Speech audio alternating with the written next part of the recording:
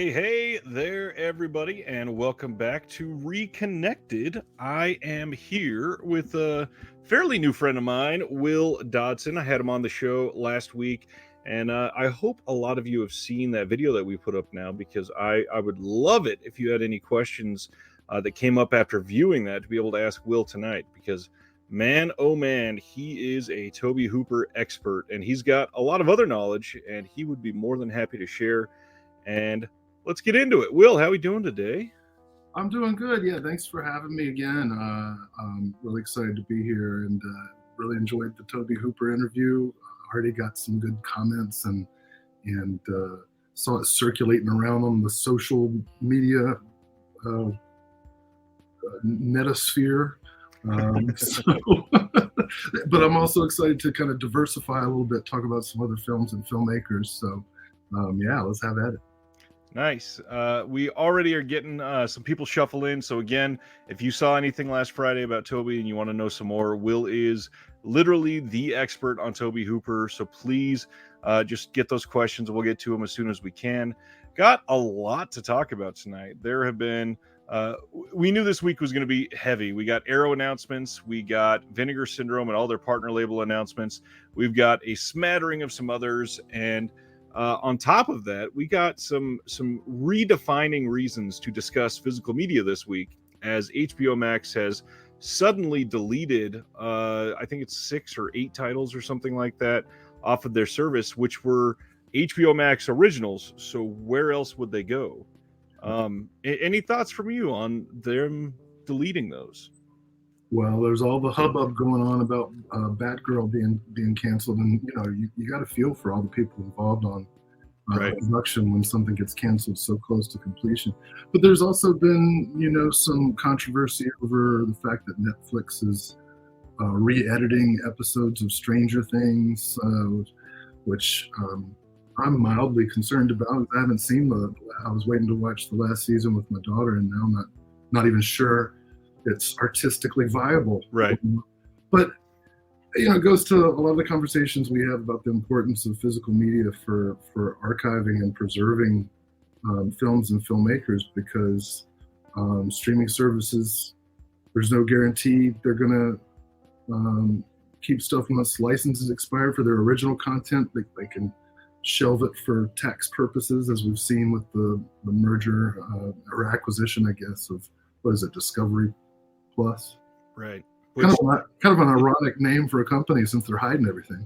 Really odd to put their hat on Discovery Plus, it seems like, as well. It seems odd to put all of your bets behind that. I don't know. Yeah, the whole situation is sad, and the 2 films that were canceled with Batgirl and Scoob, not only for the stars that were potentially going to have life-changing roles, but I mean the amount of crew that works on these films that are now not going to have exposure, that are not going to have the ability to have this on their resume, that aren't going to have something to show their kids. I know for a lot of people that work on a movie like Scoob, that's a big deal for them, and now that is just taken from them, and they had no say in it. So the only things that are guaranteed are things that you physically hold in your hand. So it shows that this is all that much more important, and I hope that we see some sort of resurgence again. And we keep getting these random things that cause resurgences, and I love that, but it just never seems enough to get all of society behind it again. But I don't know that we'll ever get that sort of resurgence again. Yeah, well, keeps getting hot. People are going to have to stay inside. They're going to need something to do. That is very, very true. So speaking of that, you got anything new that you want to show to everybody? See what you got picked up here recently? Oh, yeah, I had a couple things come in. Maybe some I'll pilot. Some of these are kind of older releases that I'm just kind of catching up with. Let's see. One I'll mention. I know there's some Westerns that got announced today that we'll probably talk about, but I just picked up, this is the Mill Creek release of the 12-pack of Randolph Scott films.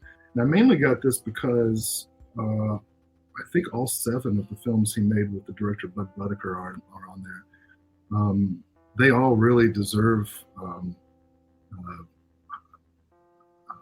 remastered high definition, Right. maybe even some 4K releases. This isn't that, but it's the best we have for now. Still no high definition, even Blu-ray release of Seven Men from Now, which is the best movie with Randolph Scott and Bud Buttigieg. Oh yeah, that's not in here.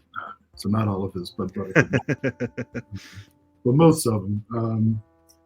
Let's see. One I want to talk about later when we get into some announcements. But let's see. I got a Walter Hill film, Crossroads. Nice. With Ralph Macchio. Pretty excited about that.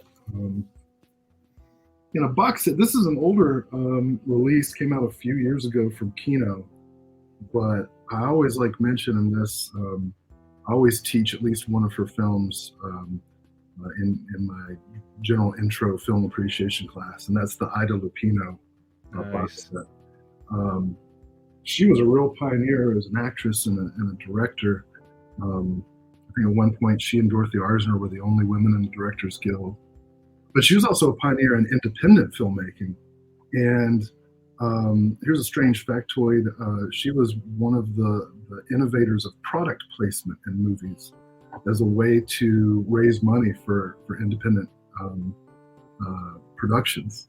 Interesting. So we have her to thank for the, perfectly placed bottles of Coke and Tostitos that we see today, among some others. But so I'm pretty excited about that set. It's got some great films in it. The Bigamist, The Hitchhiker, which is probably our best known noir film. Nice. I got some in this week. These are in for review from Imprint. They actually sent me these to share with the channel. Oh, nice. First one, we got Barabbas, and this is 1961, and this is a pretty decent looking disc. It's got 1080p high def presentation, an audio commentary by Barry Forshaw and Kim Newman from this year. And then Richard Fleischer looking back, an interview with the Hollywood director, and then film historian Sheldon Hall on Barabbas, and that's from this year. So lots of good stuff on this one, and again, Imprint just killing it with what they're putting out. I love Richard Fleischer. He is a director who deserves a lot more exposure. Partly, I think people don't really pay attention to his career because he did so many different genres of film. He's not really known. Right. For a particular one. One of my favorites is a sort of daytime noir heist film called Violent Saturday with Lee Marvin in just full villain mode, just nasty. Nice. Bank heist movie. But, he did 20,000 Leagues Under the Sea. I mean, so many great movies. I haven't seen Barabbas. I don't want to spoil the end, but it's sad. I've heard that. The next one is another director that I really like, and they seem to get really, really heavy in the directors for the month of July. Ken Russell film of horror. And this one, we got an audio. Look at that. Look at that. Audio commentary by Alexander Heller Nicholas and Josh Nelson on this from this year. There's an interview with actress Teresa Russell from this year, which that's kind of a pretty big deal. And then interview with Ginger Lynn Allen, which is exciting. And then interview with the writer Deborah Dalton, X-rated auteur Bruce LaBruce on Ken Russell's horror, Legitimate and Illegitimate Women in Ken Russell's Horror, a video essay by Kat Ellinger, which was the first thing that made me go, I got to get this to see what Kat says on that. And this one, for those that don't know, is from 1991. So it's a fairly modern Ken Russell compared to a lot of the stuff that people know. And I saw that years ago and can't wait to see that again. Yeah, I think I saw that late night on Skinamax when I was about 14 years old. Wasn't quite well at my adolescent self was a little disappointed. It wasn't like that.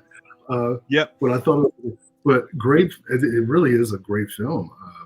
I'm so glad it's going to get rediscovered. And I mean, anytime you can get a Ken Russell film, you should at least see it, So at least once, yeah. Next one is Andy Garcia in Things to Do in Denver When You're Dead. This is a pretty unique movie. This one's from 1995. Not one that a lot of people nowadays have been talking about. So I'm again, just like horror, I'm really glad this one's out there right for rediscovery. This one's got Things to Write in Denver When You're Dead, an interview with the screenwriter Scott Rosenberg.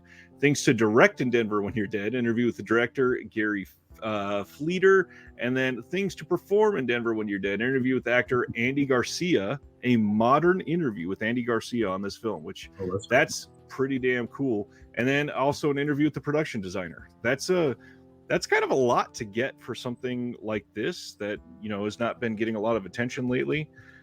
But the biggest one this month, box set of Jim Sheridan films. 4 Irish films, My Left Foot, The Field, In the Name of the Father, and The Boxer. And obviously, some of these are titles that people know very well, especially this one had got, I think it's a Shout Select release, In the Name of the Father. And then The Boxer also had a Shout Select release, I believe. But to get all these together, that's a really cool set for them. And another director that you know, had a big moment in the early mid '90s who really needs to be rediscovered. Yeah. So this is an excellent opportunity. I really love The Boxer. I'm a big fan of that film. The Boxer is great. Gosh, another one that's been years since I've seen it. So Daniel Day-Lewis, just obviously amazing, and at this point seems to be retired, but we'll see if he ever comes back. That would be swell. So yeah. Let's go through who all is here before we start going through the announcements. What's going on, Sardis? He says, welcome to Will. Oh, hey, thanks. Lissa, how we doing? And Christian's Hobby Blog says, yay, Will. What's going on? Big fan of Christian's Hobby Blog. It's had me on before. Jeff, what's going on? Evening.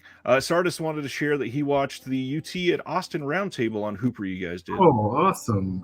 Thanks. Glad you got to check that out. A lot of great interviews in there. Joe Bob Briggs, of course, was great. Scout Tafoya, Stan Geezy, Julius Banzon, my friend Chris Rutherford. It was such a fun talk. Once again, that roundtable is in the description below tonight. So if you want to save that for later, make sure you open that in a new tab and go back to it after this show.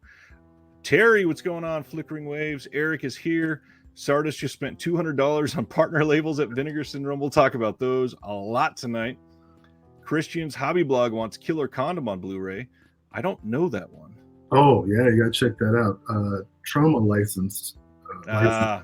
So a recurring theme for Christian's Hobby Blog is please Vinegar Syndrome, since they have that, they get a lot of those trauma licensed releases. So right. It's a great film based on a comic book, and it's about mid '90s, and it's about really it's a pretty enlightened for its time, you know, defense, I guess, of queer identities, specifically in this story, gay men, and the film is about a moralizing group that's trying to stamp out sin using killer condoms. Sounds like a perfect pairing for that Visual Vengeance release of LA Age Jabber that's about to come out. Oh, absolutely. I got my pre-order at Grindhouse for that one. Nice. Hilton wanted to point out that Peacemaker is coming out on Blue. Has that been confirmed for the US? Because I know it got confirmed for Canada. I've not heard for sure that it's coming to the US. Let me know if somebody else has seen that here. I really do hope Netflix does the same with Sandman. I don't understand some of these places. Like, obviously, they want to get subscribers in to watch their stuff. But if you're not going to get people that are collecting physical media, just release something and make some money. That's better than no dollars. Yeah, that's why I really like what Shudder does by putting out several of their titles. And at least that way they give themselves an exclusive. They get it for like 4 or 5 months before it comes out on Blue. That's perfect. I'm totally fine with that. Sure. Lissa wanted to share she just watched Life Force last weekend, one of my favorite Tobe Hooper directed movies. Cam's here. What's going on, Cam? John is probably working as he listens. What's up, John? Dude McMahon, you are at the live stream. Nice. Happy you're here. Christian says, I watched One-Eyed Jacks recently. It's a new favorite Western of mine. Jeff says The Hitchhiker. That's one of his favorite noirs. And Dave's here. What's going on, Dave? Let's see. Are we in the golden age of film collecting? I say yes. Maybe. You did that interview a couple weeks ago with, was his name Adam from Third Window. Third Window. I liked his answer to that question. Like, yes and no, right? That the margins are so difficult for eternal profit producing high-end physical media. Right. But it certainly is a rabid collecting community, and if you're a film student, film fan, you definitely have more options than you've ever had before. So there's that. But the business is tough. Yeah, I do think that in the golden age of the DVD era, I guess is a decent way to put that. I think we had more films being released on DVD, but I think we are in perhaps the golden age of treating everything with love and passion as much as humanly possible. Yeah, for the most part. I don't miss the VHS days, even though I still feel nostalgia for the video store. I worked in a video store for 4 years when I was in college. And I liked the fact that I could look at the boxes for, at the time, there were, I think, 13 witchcraft movies. And I watched them all, and I don't regret it, but I'll never do it again. But I liked that they were there. Right. But VHS as a format, I have no nostalgia for. Yeah, not really. Dave, what's going on, Dave? Dave got an Arrow order in, Giallo Essentials, the Red Box, and the Andromeda Strain. I love the Andromeda Strain. Robert Wise, yeah. Oh, look, Sardis does too. Neil's here. What's going on, Neil? And Steve. Hey, Steve. Okay, I think we are ready for some announcements. Right. This is a rough week because I was posting announcements on the fly. My sister was here on vacation, so I was spending a lot of time with her.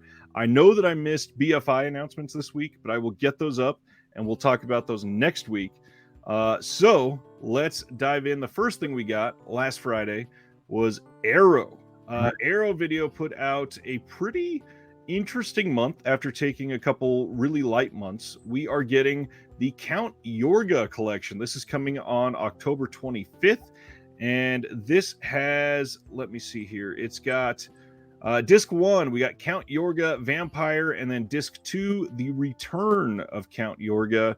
This is going to have a Blu-ray for both movies, the original audio, subtitles, of course, and then there's a collector's book in this first, the limited release that they always do. Fold-out double-sided posters for both films featuring commissioned artwork by Heather Vaughn, 12 double-sided postcard-sized lobby cards, reproduction press book for Count Yorga Vampire, which that's a really cool piece to add, I think. Then we got brand new audio commentary by Tim Lucas, which is pretty damn exciting. Then a new appreciation of Count Yorga by Heather Drain and Chris O'Neill. New interview with Frank Darabont, in which the award-winning filmmaker talks about his love for Count Yorga Vampire. And then a new interview with actor Michael Murphy. And there's even more on that disc. There's some old legacy features coming on there. And then on disc 2, for The Return, we get a new audio commentary by Stephen Bissett, The Count and the Counterculture, a brand new interview with critic Maitland McDonough. Chamber Music of Horror's new interview with Dave Huckville about the scores for both films. And then again, some old legacy features on there. What do you think about Count Yorga?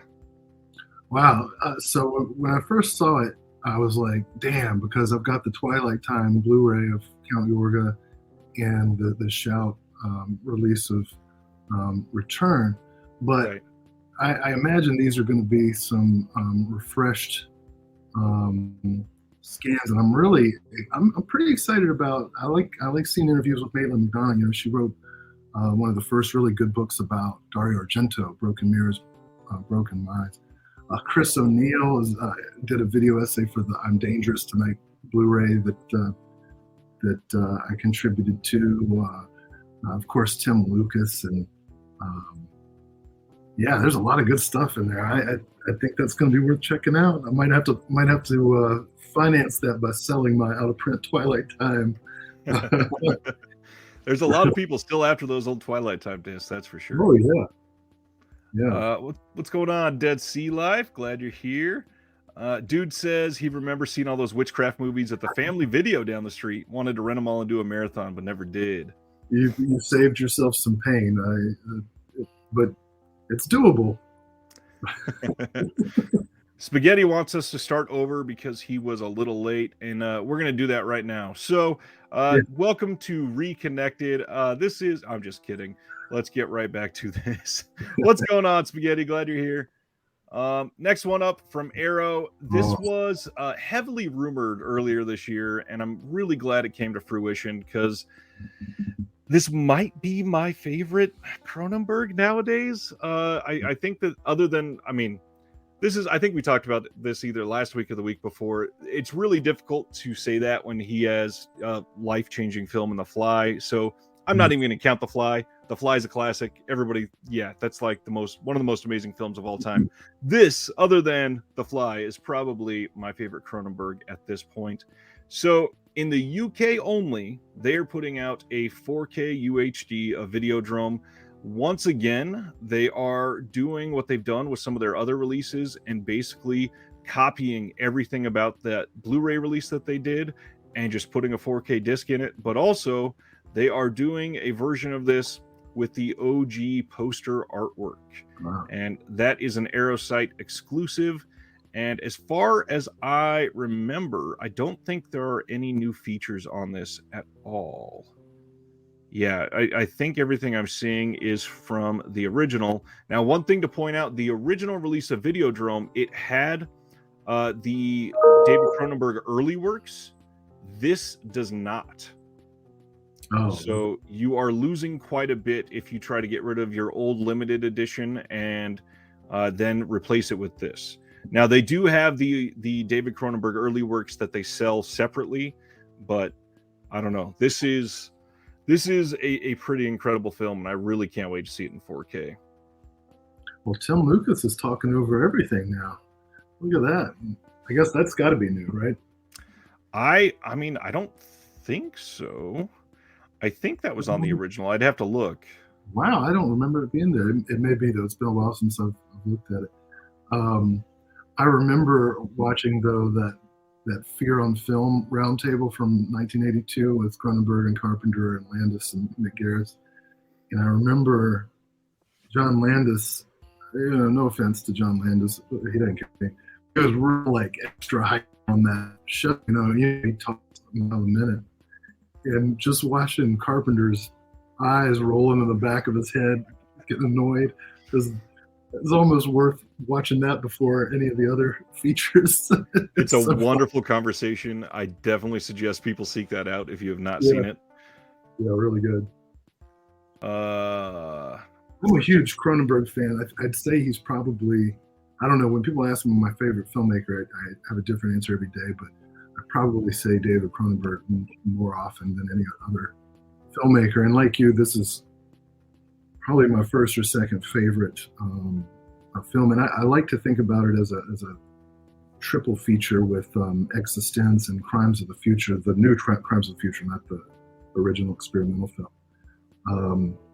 With this film being kind of the analog exploration of the media theory of Marshall McLuhan, and then Existence getting into virtual reality and cybernetics, and then finally Crimes of the Future, this sort of evolution, devolution, kind of older man's perspective on these same things.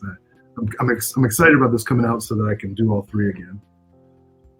I need to revisit Crimes of the Future because I gotta be honest, I did not love it in the theater. It is it's a I don't know. It seemed like there was a lot of meat left on the bone there that they could have done more with.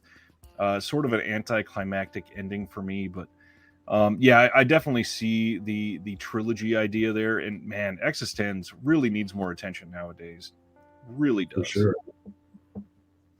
Yeah. Quiet Rob, what's going on, my friend? He is also excited for Videodrome. Antoine's also here. What's going on? Video Store says, I want Canada to host the Olympics so Cronenberg can direct the opening ceremony. That would be amazing. Yeah. Next up from them, they are putting out something called Take Back the Night from 2021. And I don't normally say something like this, but man, this movie does not look like one I would enjoy.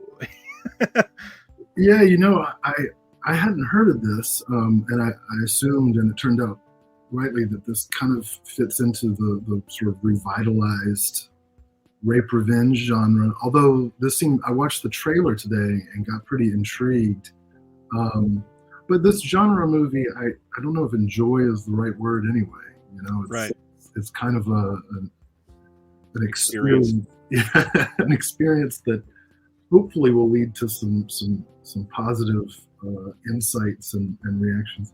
I actually found that this is streaming on Tubi, so I think I'm going to check it out this week or weekend and see how it looks. But the packaging looks really cool, It's decent. I think it probably really jives with the overall tone of the film very well. Mm-hmm. From what I saw from the trailer, it looks like that's going to fit right in.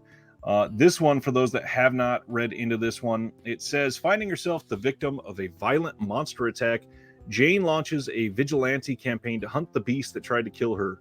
But her troubling history of drug use and mental illness bubbles to the surface, causing her family, community, and the authorities to question her account. Alone in her fight, Jane starts to doubt her own memory of the attack and to wonder if the monster exists at all. So this is fueled by formidable female talent, both in front of and behind the camera. And Take Back the Night is a terrifying suspense thriller that's both an eye-opening expose and a powerful rallying cry. This one has an audio commentary by Gia Elliott and Alexandra Heller-Nicholas, author of Rape Revenge Films, A Critical Study.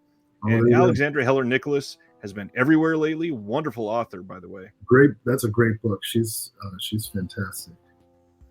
Yeah, so I'm looking forward to this. And then please don't say the word. Go ahead. I said I was looking forward to this, and I was like, well, that's kind of a weird thing to say for this particular genre. I'm really interested in seeing this.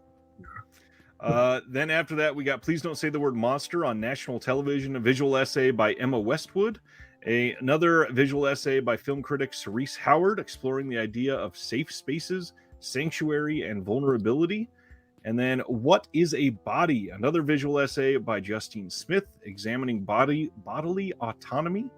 And Monsters Are Real, another visual essay by film critic BJ Colangelo, looking at survivor unity, sexual violence, and social media theatrical trailer. And BJ and her wife, they are wonderful. Just were on one of the podcasts that I produce. Take a look at their work. They do some really, really interesting stuff. They're just amazing critics and some really, really good commentary out there on film. Video Store says, I do wish labels reached out to more contributors. I think I own more work by Alexandra Heller-Nicholas than David Lynch. I got to be honest, I see that. There is really a small little club lately in some of these boutiques on people contributing, but it's also hard to find good talent for stuff like this, willing to do it for how little they're able to pay. Yeah, well, it's hard to get exposure. Hopefully some more people will get into the club. I was about to say, how's the commentary on something that just came out recently from Kino there, Will? Yeah, well, the I'm Dangerous Tonight Blu-ray that came out last week. It's been getting some decent reviews. I mean, obviously the focus should be on the film. Right. But it really is packed with extras, as we talked about on the interview, and some of the reviews that have come out about the Blu-ray have been nice. Yeah, we'll see. I hope it does well. I hope that it leads to more of Toby's television work coming out, and see what happens. I agree. So that's Take Back the Night. And then next up, they put out one that looks pretty damn intriguing to me. This is Two Witches from 2021. Expectant young mother Sarah is convinced she has been given the evil eye from a mysterious blink-eyed old hag while she is dining with their bullish and insensitive partner Simon. When the couple go to visit his new agey friends Dustin and Melissa, dark forces are unleashed after an ill-advised attempt at consulting a Ouija board to allay her fears. Meanwhile, tensions grow between grad school student Rachel and her new roommate Masha after a violent incident involving a man that the strange and impulsive young woman has brought home. This is from a first-time feature director who also shot, edited, and contributed to the soundtrack, which is pretty dang cool. This one's got new audio commentary by the director, new audio commentary by the producer, behind the movie, a two-part behind-the-scenes featurette, and then some interviews, the original score, an interview with the composer, and some others like a Q&A at Grimfest 2021. And then, of course, in the first pressing, you got one of those books. Two Witches. Any thoughts on this one? First I'm hearing of it, but I mean, I'm always excited to check out obvious passion projects like this when filmmakers put together something that's so personal. Right. I will say that at this day and age, everybody should know never consult a Ouija board for comfort. But I will forgive that trope, and definitely I'll give this a watch. I'm intrigued. Tropes are tropes for a reason. Then they put out a very interesting one. This is called Gothic Fantastico, featuring Lady Morgan's Vengeance, the Blancheville Monster, the Third Eye, and the Witch. This is going to have brand new 2K restorations from the OCN for all 4 movies. These are all Blu-rays, of course. And then we got optional Italian and English front and end titles on a few of them. We got subtitles, of course, new video introductions to each film by Italian film devotee Mark Thompson Ashworth, 80-page booklet, which is pretty dang cool for something like this, fold-out double-sided poster, and then again, audio commentaries and video essays by Kat Ellinger, Alexandra Heller-Nicholas, Erica Blanc, Paul Muller, and more. There's all kinds of names on this because this is going to have 4 pretty stacked discs for these films. Well, I'll tell you, I'm most excited about The Witch. This is one of the first films by Damiano Damiani, who is not as well known as he should be. Blue Underground has put out a couple of his films, Bullet for the General, How to Kill a Judge. He's probably best known for films about the Italian mafia. His masterpiece, La Moglie più bella, The Most Beautiful Wife, which was the first film with Ornella Muti. That's a fantastic film. And he's probably best known in America for directing the best Amityville movie, in my opinion, Amityville 2, The Possession. One of the last things he did, I'll actually hold up, was an Italian television show about the mafia, La Piovra, the octopus. He directed the entire first season of that show. Can you tell I love Damiano Damiani? Interesting. I'm not familiar with the other 3 films, but I'm gonna check them all out because of The Witch, which is kind of an avant-garde gender politics exploration of terror and tension. For anybody wondering, I do think 1 or 2 of these is on Tubi right now for free to be able to stream. So if you want to check out 1 or 2 of them before putting down, it's like a $60 or $70 set or whatever. This is looking to me like one of the ones that's genuinely worth it because of the amount of work put into these. So much content, so much love and passion put into this. And it looks just like really interesting 4-pack of films. Then we started getting some others. Once again, you showed some Mill Creek titles earlier. Yeah. This is one that Mill Creek put out a couple of years ago. And Kino Lorber on October 11th is now releasing Blind Fury with Rutger Hauer. Now, stepping away from what they've been doing with a couple of these other recent announcements, this one actually has a new audio commentary, which the other ones, they were getting nothing new. Now, there's nothing new about a restoration or anything like that, so it's all going to be the same except for that audio commentary. So there is, if you're really into Rutger Hauer, you might want this. The commentary is done by screenwriter Charles Robert Carner, moderated by filmmaker Douglas Hosdale, and Blind Fury, Rutger Hauer. Any thoughts? Oh man, don't forget Terry O'Quinn's in it, and Meg Foster, and Randall Tex Cobb. This is a fun movie.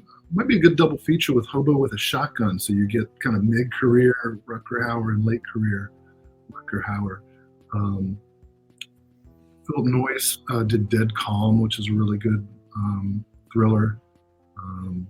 Yeah, so I'm pretty interested in this one. Terry O'Quinn is great. Always a really wonderful actor.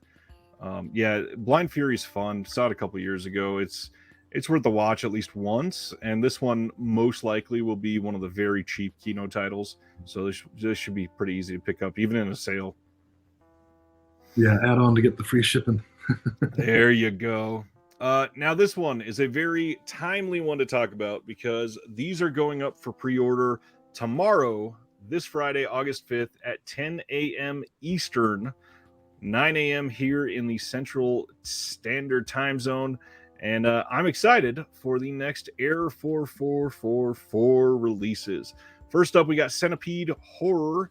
This is coming with a slipcase limited to 1,000. There's a booklet, 3 stickers, some lobby cards, double-sided poster, and then a Margaret Lee card.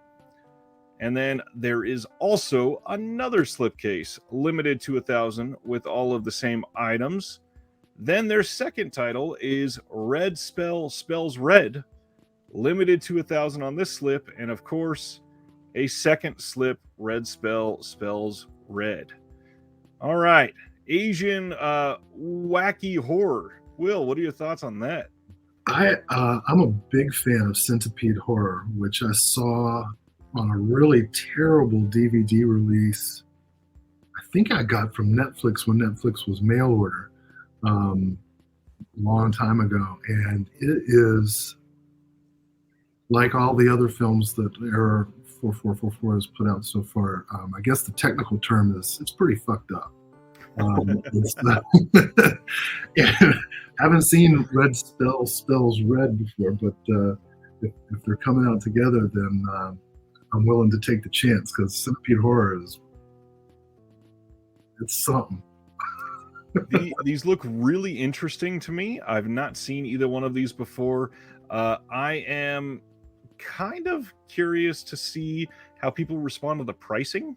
The fact that we get options is really cool. I think there are more people that will be able to get a copy as long as we don't get people that buy both of them immediately or all 4 of them technically. I just $36 for a Blu-ray release, that is getting on the pricier side for a Blu-ray, but I get it. It's boutiques, and things have changed for some of these. And then a lot of people are going to point out stuff like Vinegar Syndrome for a 4K release is $45, $50, and then we get box sets going up to $8, all that. So I get it. Prices are rising. It's tough.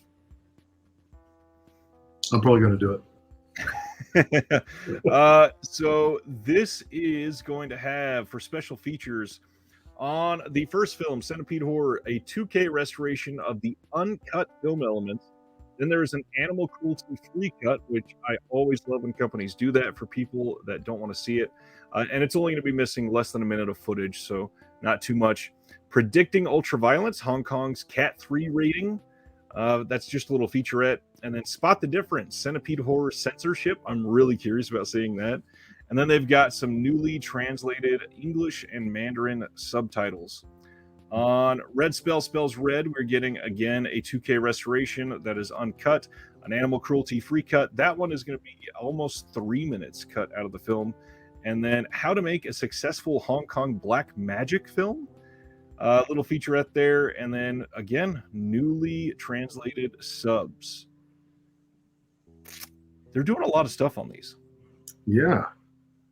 I always appreciate refreshed subtitle translations. I have a feeling that the version of Centipede Horror that I watched was not the most accurate translation, so I'm looking forward to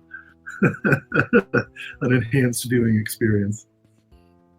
I did a conversation on the other channel for Discovering Cinema with me and Flip and Frank Jang, who did a lot of the older Asian titles back in like the mid 2000s, and he's doing a lot of commentaries, especially for like Eureka lately.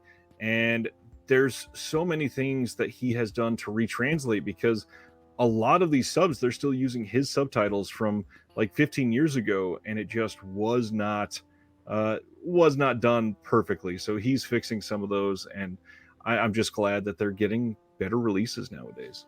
Yeah. Christian's Hobby Blog wants to point out the release of Robotrix, can't speak, has a great essay on Cat 3.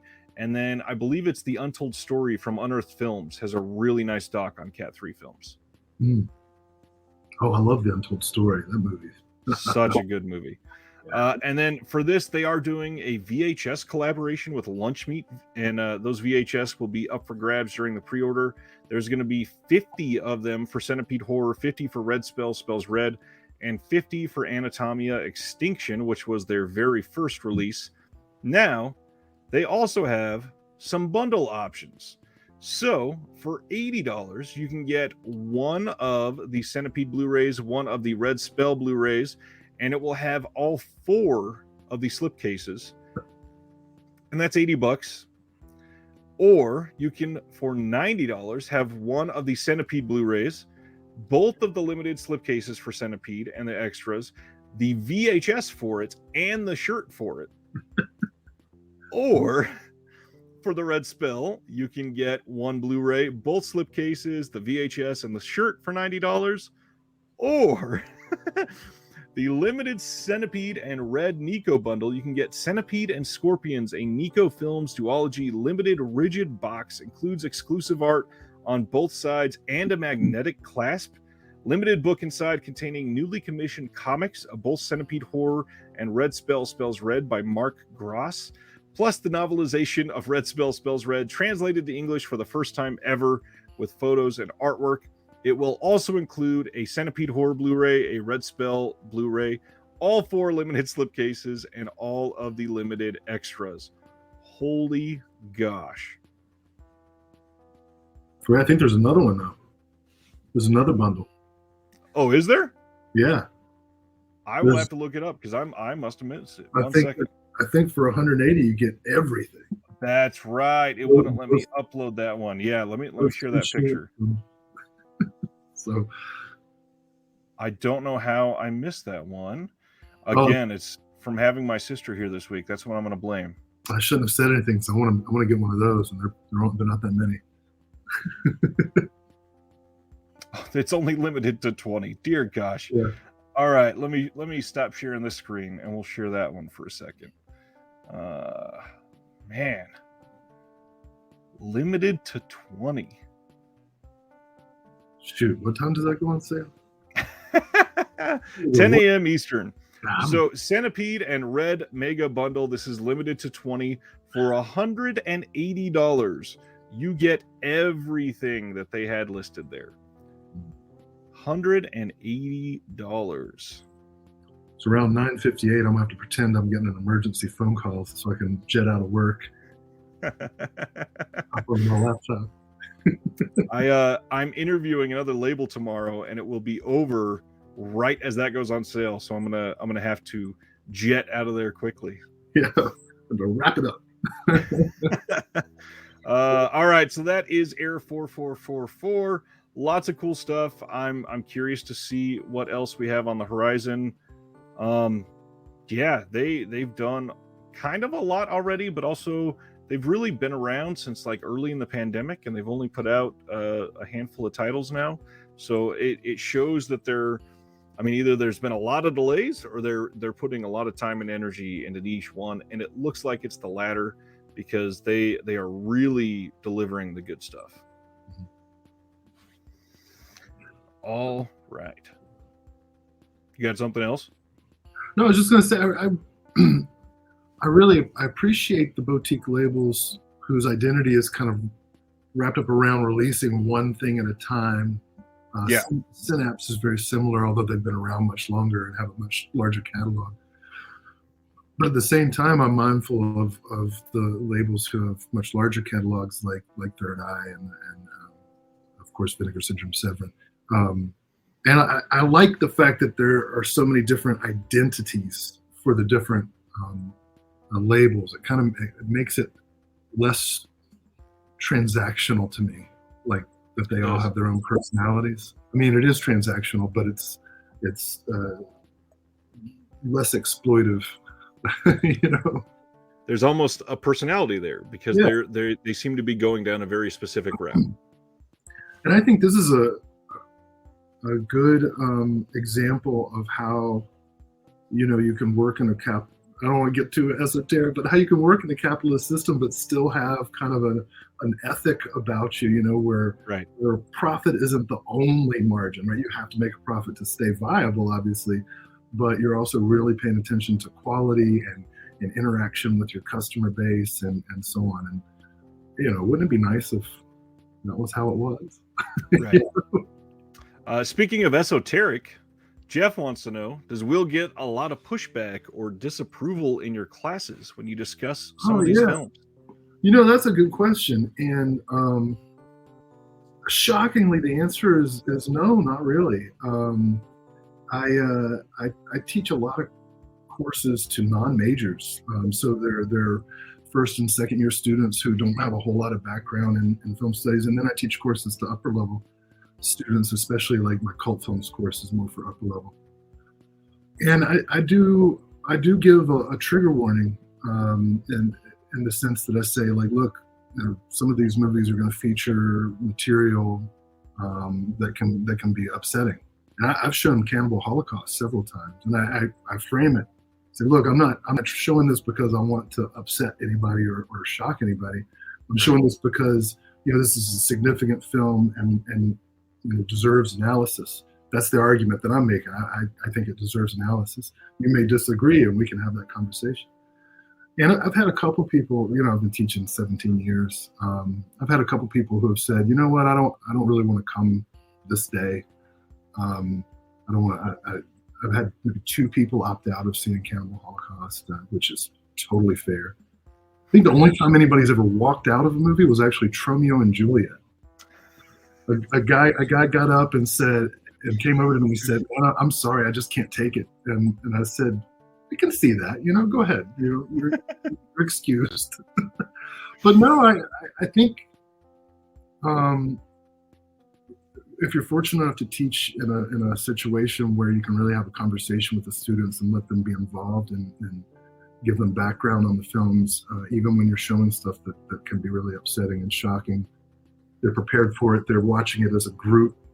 And it's, you know, of course, the semester starts in 2 weeks, so I could get reported to the provost like right away. You know.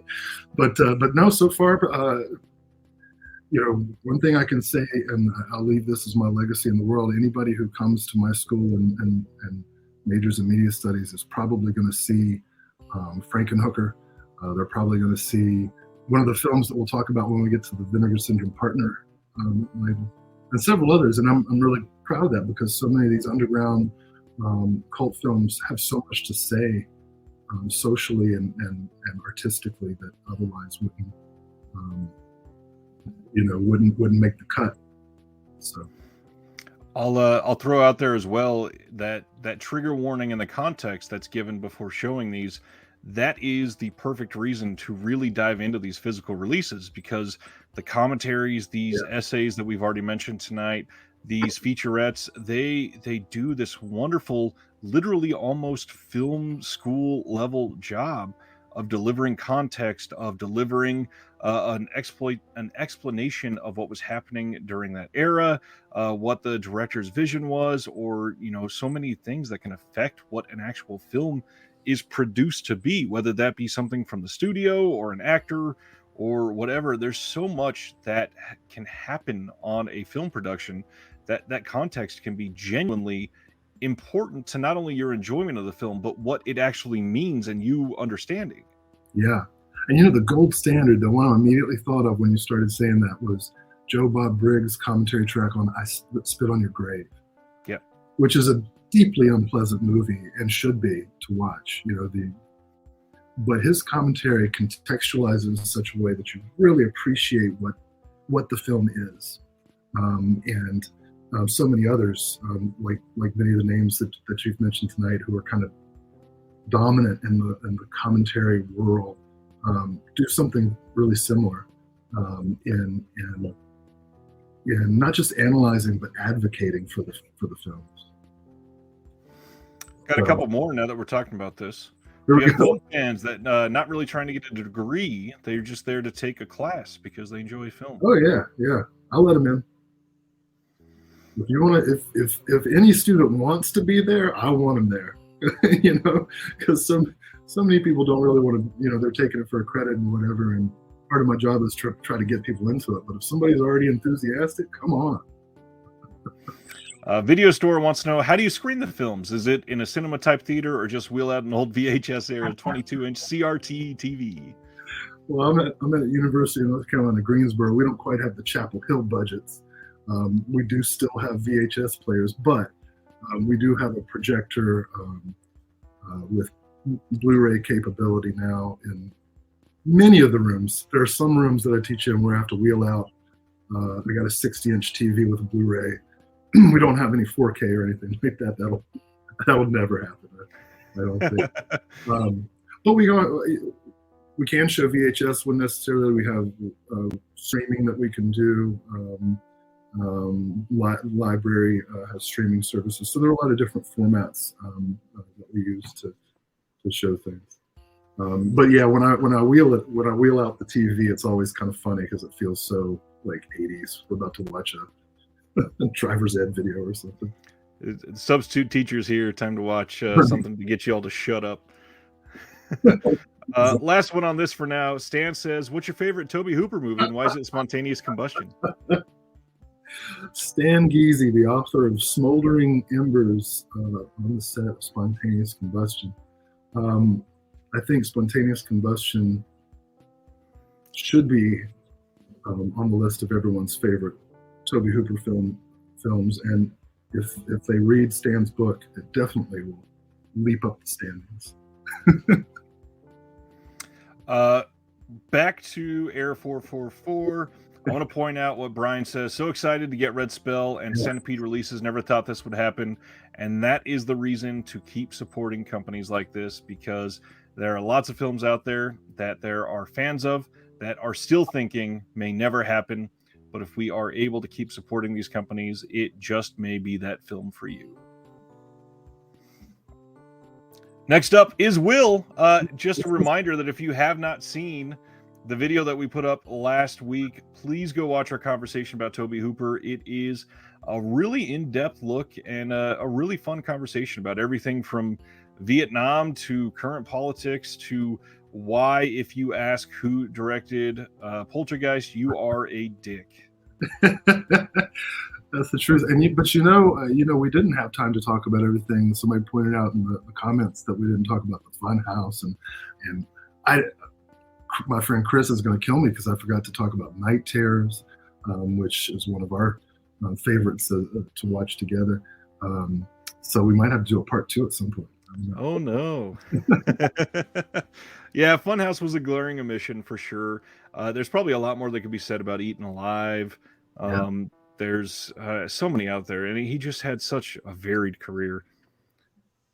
Anyways, Kino announced that they are putting out a release of Assassination from 1967 with Henry Silva. This is a new 4K restoration, only coming on Blu-ray. This will not be a 4K disc, but still pretty cool. Nice, little crime film here by Emilio Miraglia. I think I said that right. The same one that did The Night Evelyn Came Out of the Grave and The Red Queen Kills 7 Times. Both of those put out by Arrow in that little double pack box set years ago at this point. Yeah. That had to have been like probably 6 or 7 year old release now. I have the old No Shame DVD releases that come with the figurines. Oh wow. I love Emilio Miraglia. Those 2 films, Evelyn and The Red Queen, are gorgeous. So I'm really looking for. I've never seen Assassination. Love Henry Silva, so this is exciting. they've been doing a lot of work over at Kino. It seems like they slowed down a little bit here after I'm Dangerous Tonight, and we got a little bit of a reprieve for a couple weeks. But man, they're still just cranking out these announcements. So there's still lots more from Kino on the horizon. Next up, some interesting ones that I know we got some fans of on here. So even though I know nothing about them, I know you guys are excited. Some discotheque stuff. We're getting a release of Space Sheriff Gavan from 1982, all episodes in HD. This is the first time ever released with English subs, and it will contain a reunion discussion with the lead actor Kenji Oba and director Osamu Kaneda. There's a photo gallery and then a historical essay by Mike Dent. Are you into any of these types of shows from back then? These are outside of my wheelhouse, but I'm interested in filling the gap there. I do teach a course on the origins of anime, but I'm not an expert. So it really is kind of an intro, and a lot of these live action shows that kind of connect to the genre are things right. that I'm looking forward to checking out. Lots of kaiju releases from discotheque, lots of old like tokusatsu. The next one they announced, speaking of Legend of Dinosaurs and Monster Birds, this is one of the lost Kill the whatever, I don't remember what it was called. The episodes of Mystery Science Theater, and they are not able to have that commentary. This is coming in 2022. A new HD transfer, looks sillier than ever. Vintage Frontier Enterprises dub is included. New subtitles, which is really cool for something like this. And this is coming on Blu-ray 2022. Okay. Next is Kino is putting out The Rainmaker. This is Hal Wallace's The Rainmaker with Burt Lancaster and Katharine Hepburn. And there was a lot of discussion from this title. I don't know if you saw any of this commentary that came out. I think this was announced on Sunday. People are freaking out because this is being remastered in HD by Paramount from a 6K scan of the 35mm VistaVision original camera negative. So I wanted to see if everybody could get on the same page a little bit about what that means.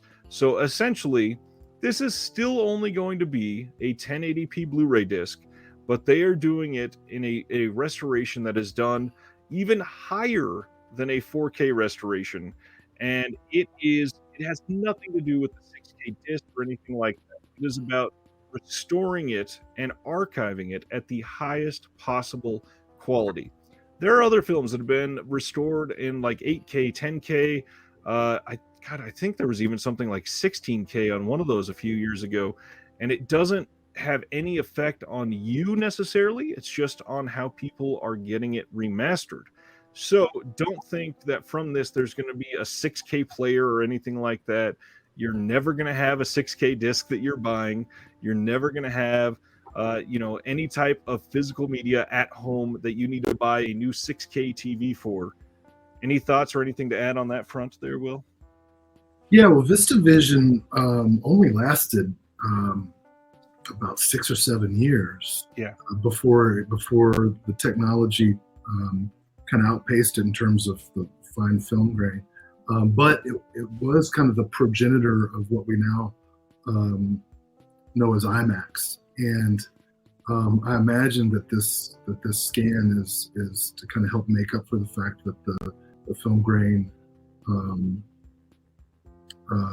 is a little less fine than the processes that came out in the late 50s, early 60s.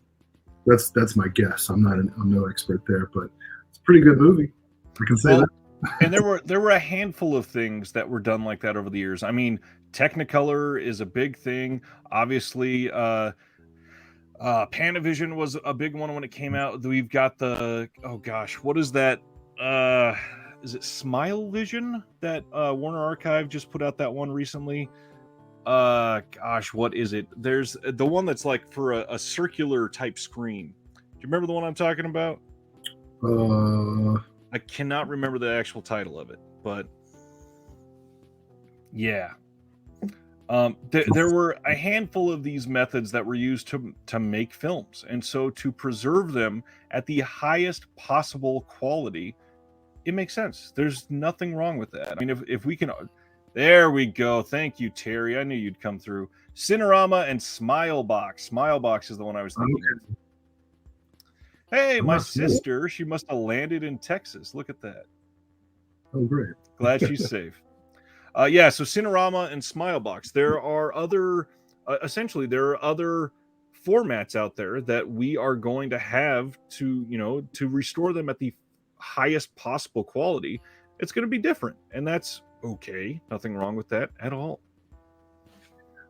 I mean, Burt Lancaster and Katharine Hepburn's going to move some units so they can afford to do a good restoration. Exactly. Spaghetti says, I want old Burt to pop out of the screen and shake my hand with that remaster. Ain't that the truth? Anthony, looking forward to watching my 6K digital files. I eat my rehydrated Pizza Hut pizza. Maybe someday in the future. And then I kind of brought this up for a second, but it looks like we have Chris to blame. He says, I started it on the cult site on Facebook. So, yeah, there is no new anything coming. It's just a really great restoration of a film. Oh, boy. Speaking of polishing some, what's the phrase? Polishing some turds? Nah, some of these are okay. Yeah, I'm super nostalgic for H2O. I don't love the others, but let's go through this. Shout Factory announced their October titles. The long rumored and finally confirmed Halloween 4K. They're calling this a collection from 1995 to 2002. Lots of information has come out on these through like replies on Twitter. So first off, this is not available to Canada. Usually Shout Factory sells all their stuff in Canada as well. This one, they could not get licensing in Canada. They could not get licensing to sell these separately. So these will only be available in the box set. These are not going to come out as single releases at all unless they amend the contract later, which is really interesting. I have a feeling that they did that because they were probably not going to sell many of Halloween Resurrection. The diehard collectors would get one of all of them, but the others at least have a following. Resurrection is sort of behind on that front. Maybe, I mean, Busta Rhymes fans would probably get into it. Absolutely. Of course, if you order from Shout Factory, you'll get the box set, and then they are doing the 3 different rolled posters of these if you want them to match the first 5 you got last year. Extras are in progress and will be announced later. The 4K for the Halloween 6 is going to have the theatrical and the producer's cut on UHD, which is pretty crazy that we're getting the producer's cut in 4K. I did not think they would be able to pull that off, but that's awesome. Yeah, I'd be interested in seeing how that looks. You know, Curse of Michael Myers is in some ways a betrayal of John Carpenter's vision of Michael Myers having no, motivation or backstory per se. But it's kind of interesting to think about, druidic rites and legends, and Paul Rudd. That's kind of neat to see him in that context. But H2O is a pretty good movie. I mean, Steve Miner's a good filmmaker. He made Friday the 13th 2 and 3. Several good films in his career. I thought H2O really refreshed the franchise. So I think that's worth seeing for sure. Josh Hartnett coming straight out of the faculty and into H2O, not changing wardrobe or hairstyle at all. Jamie Lee Curtis and Jamie Lee, both in H2O, which is kind of a cool thing. Yeah, again, I don't know why I'm so nostalgic. I love H2O. It is a wacky film. It is off the wall compared to the franchise, but it exists and it's fun. A lot here. All leads to everybody talking about the art on that box. The box art leaves a lot to be desired, but it does. I mean, it's very much inspired by the films. The drawing of Michael Myers is from the film. There's so much that just, I don't know. There's a lot here, and I'm hoping that it does say extras in progress. I'm hoping they're able to get a lot for this that's new. I know that we get confirmation on at least a new commentary coming because somebody announced that on Instagram or something like 5 months back, which is how we knew something was coming for these. Well, if anybody at Shout Factory is listening and wants a frame-by-frame analysis of the fight between Michael Myers and Busta Rhymes, I'm available. I want to hear all Really of the Kung Fu analysis with very analytical terms. This also pretty much confirms that the zombie films are not coming on 4K. I believe the rights now for those two are with Lionsgate, I think, after everything that went down. So it seems like we are probably not going to get those. And time will tell. I think if they were going to do it, it would probably be this fall after Halloween ends or around Halloween ends. So time will tell. But the other exciting thing is coming to 4K, which means back in print in the United States as the collector's edition is the Return of the Living Dead. This is going to come with one of their pin sets, and this is coming with the poster, of course. And extras are in progress and will be announced later, just like Halloween set, which means, again, I hope they get some more. However, this is going to be the same as the first time where they are unable to get that one random music track that they couldn't put on their first release. So it is not going to be the 100% perfect music rights. The only release still in the entire world on Blu-ray is the Second Sight Steelbook. Had everything intact. Everything else is missing at least one music track, which is crazy. Collect them all. It's great that it comes with a pin because then you can put it on your jacket and say, you think this is a fucking costume? This is a way of life. You know? I only paid $57 for these pins. Right. Oh, man. Weirdest possible announcement ever, I think. Shout Factory is putting out Bad Santa 2 on Blu-ray on October 4th. Now, the reason this is so odd, this has a standalone 4K release. It does? Yes.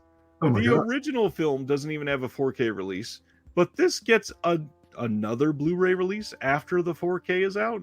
Well, this is by the director of Mr. Popper's Penguin, so that's obviously we want to see the visual design. Definitely surprised it did not come with a signed poster then. Thanks, Anthony. It says Deadbeat Dance by The Damned is that missing song. I always forget the title of that, and it should be really obvious with that film. Next up, one of their Studio Ghibli films they are putting out when Marnie is there from 2014 in a steelbook, and then there's, of course, going to be a standard release as well. This is coming on October 11th. Same thing, exclusive booklet, feature-length storyboards, the making of, some behind-the-scenes stuff like that. Ghibli, you a Ghibli fan? Anytime I teach the anime class, I always show Grave of the Fireflies, and I bring several boxes of tissues for students. And of course, plenty of Miyazaki films. And I like when Marnie was there. I saw that several years ago. Beautiful. I'll tell one Studio Ghibli story real quick. I took my daughter to see, she was about 7 at the time, to see Pompoko. It had been released in the theaters. And I'd never seen it before. I just knew Studio Ghibli. And I was all these magical raccoons, and they were sitting on these like bouncy balls. I was like, what are those things? And then I realized they were the testicles, which is where the magic came from. And I looked around to see if any of the parents noticed, and everybody just played it cool while these raccoons stretched their testicles into hang gliders and pulled magical dust out of them and stuff. And so far, she seems okay. She's almost 10 now and hasn't mentioned it. I'm going to have to show my 7-year-old those magical raccoon balls soon. No testicles in when Marnie was there that I can recall. That's a plus. Speaking of 4K from Shout, they are also putting out Bill and Ted's Excellent Adventure on 4K. This is only going to have a 4K disc. It will not have the Blu-ray. They are saying that they're going to try to get some extras later. They are going to confirm those, as they do quite often, at a later date. interesting sort of release that they're just putting this out. Yeah, I'm wondering if you drop your $40 for it now, and then next year they do a box set with all 3 films. I don't know.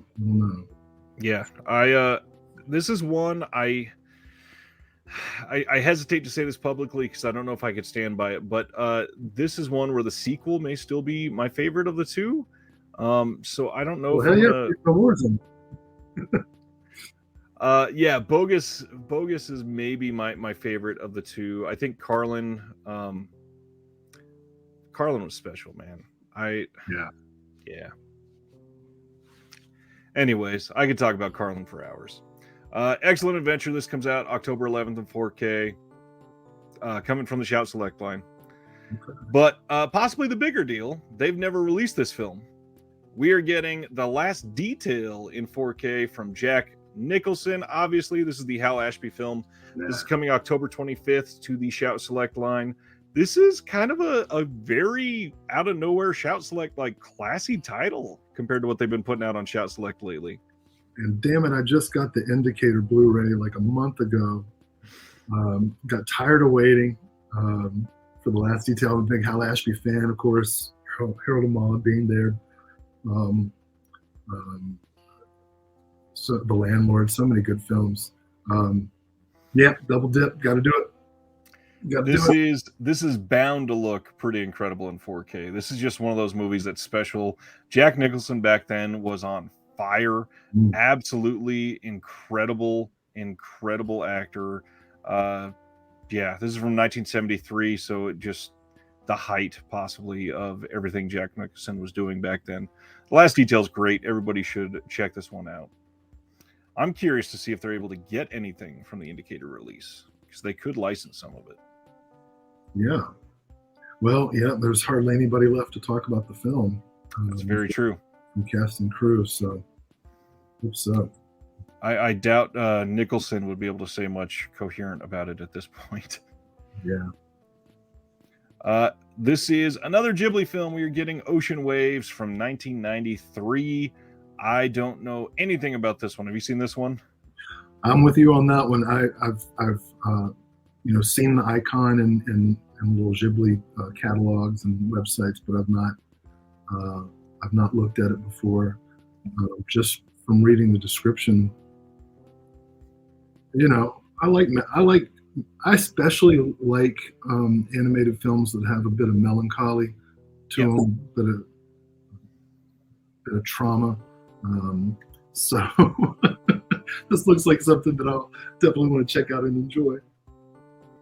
I missed this joke. I wanted to share this because Video Store is hilarious. The Last Detail with extras to be confirmed later. The irony. Yes, they did not get any details. Nicely done.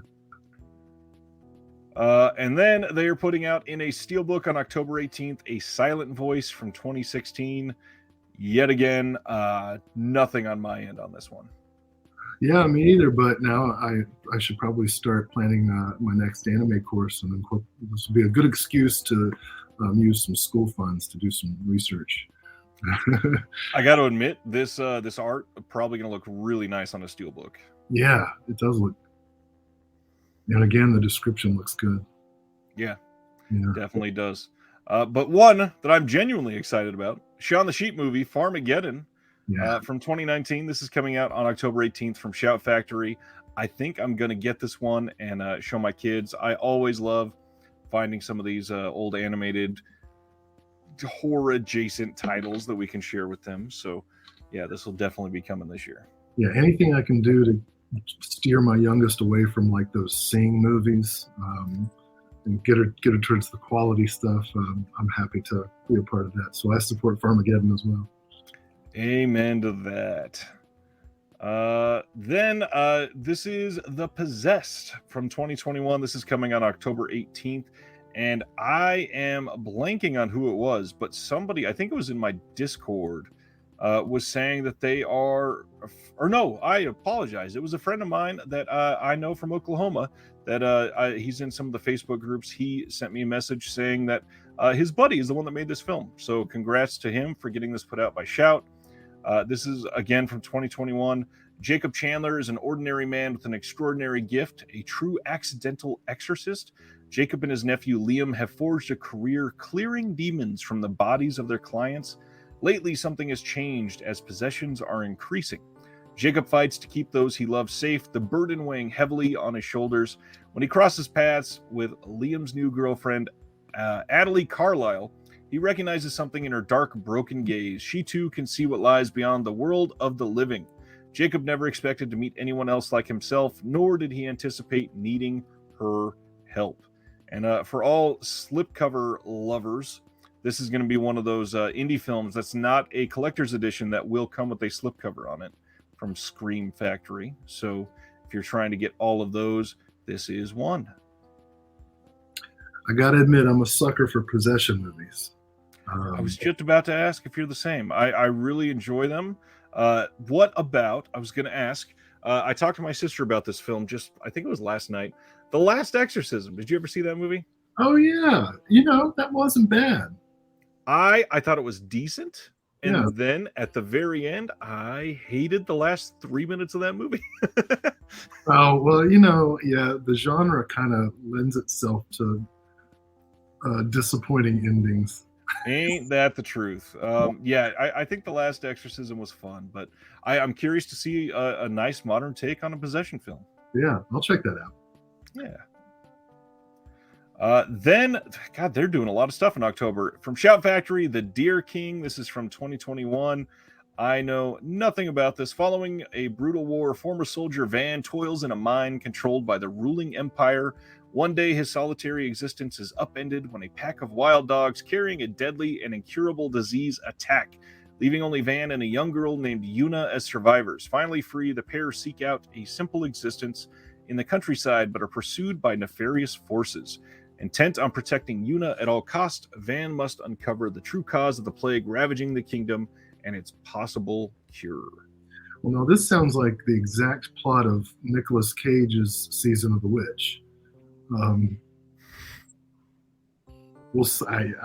have no value judgment on that. No, that could be interesting. I doubt it would be quite as bizarre as that as Season of the Witch one. I hope not. But let's get to the main event for everybody this week. Everybody has been talking about the Vinegar Syndrome and partner label titles. There is so much coming every single month, and this month does not disappoint. We have so much to go over here. First up, Forgotten Jolly Volume 5, which includes a white dress for Marielle, I believe is how you say it, from 1972, Tropic of Cancer, also from 72, and 9 Guests for a Crime from 77. All three of these are region free. All three films are getting newly restored in 4K from the OCN. And then some interviews, some audio essays. We got Rachel Nisbet on White Dress. And actually, she's on Cancer and Crime as well. And then some interviews with some actors. We got some interesting things. We don't have any commentaries, which had a few people point out. Yeah. Now, the only one of this group I'm familiar with is a White Dress for Marielle, which was released under another title, Spirits of Death. And it's got Ivan Rasimov in it, who I really like from Deodato's Jungle Holocaust. He's in a ton of stuff. Yeah. And that one's a real slow build. I don't even think anybody gets killed until like an hour in. But it's very atmospheric, stylish, as the genre demands. Of course. So I'm a subscriber. I'm gonna see these no matter what. So how do you feel about Giallo as a whole? Gosh, what a question. Well, like many film fans of my generation, Argento was the first entree into, like noir. It only became a genre in retrospect, right? Right. and the Italian film industry, like Hollywood, kind of cannibalizes itself. So the style got quickly internalized by so many filmmakers who, Jolly, like any other genre, most of them are crap, but there are also so many gems, and sometimes you just have to wade through. Yeah, that's that's how I feel about it. I don't mind. I don't mind wading through. Which with the Forgotten Jolly series, you really have to. Some of the titles in the series so far have not been great. I think we've had a couple really good box sets, one that was pretty good, and then one that was a little lesser. This one, I think I've seen Tropic of Cancer, but that may just be my memory messing with me. With Giallo, my big thing is I am just a sucker for murder mysteries. Yeah. And it's at the basis of all of these, no matter what. And because of that, there's just always something intriguing there. And it's so much fun just to try to guess along, or see that they're playing this like a mystery, but they accidentally showed the killer 8 minutes into the film, so you know who it is all along, but they're like, who is it? Or all the other random mistakes that happen in these films. It's so interesting now to look back with an eye from 60 years after and say, what were you doing? Yeah, well, I think you can compare fans of Jolly to fans of like true crime podcasts and true crime documentaries on Netflix, because there's a kind of familiarity with the form that kind of comforts you and lulls you in. But then when anybody does something different to tweak that formula, you're like, oh, that's cool, And then for whatever reason, because human beings are awful, we're just attracted to stories about people being brutally murdered. That seems to be a primal feature of our. Yep. I always love with Giallo that if you find somebody that really likes Giallo, they are able to talk about a film, and a lot of the time it's that unique thing that they that specific film has that they grab onto. So like with the Forgotten Jolly, there's Sister of Ursula, so everybody's like, but that weapon, right? I mean, everybody they just want to talk about that weapon. Or with Fulci, there's that one scene where the kid dies. That's kind of a big deal, right? And you just grab onto these one things, and it lends to discussion well. It lends to remembering the movie better than a lot of other films that could come across as kind of samey. So Jolly is super great for that. Last year, speaking of Fulci and Jolly films, last year I decided to show "Don't Torture a Duckling" in my cult films class as an example of Jolly. The other one I showed two Giallo films. Deep Red was the other one by Argento, and I thought they were going to hate "Don't Torture a Duckling." They loved it. They got so into it and really latched on to the kind of commentary about the Catholic Church and all of that. I was really surprised. It's such a great movie. God, I love it. Next up in the and by the way, if you are a sub, you are getting all of the Vinegar Syndrome titles this month. That was announced on the 1st. For some reason, this has not been in the description for the last couple months, so it's been confusing some people. I think the last time they did it was in the halfway sale titles. So July and August both did not have those descriptions in there. So you are getting everything this month, except for the stuff that we're going to talk about at Summerfest, which came out of nowhere. So we'll talk about that in a minute. Next up, we are getting a really, really interesting double feature for me. We are getting Hot Snake from 1974. This is the cover of the slip for this, but this is a double feature, and on the back, Guns and Guts, and I got to hide a little bit of that, from 1976.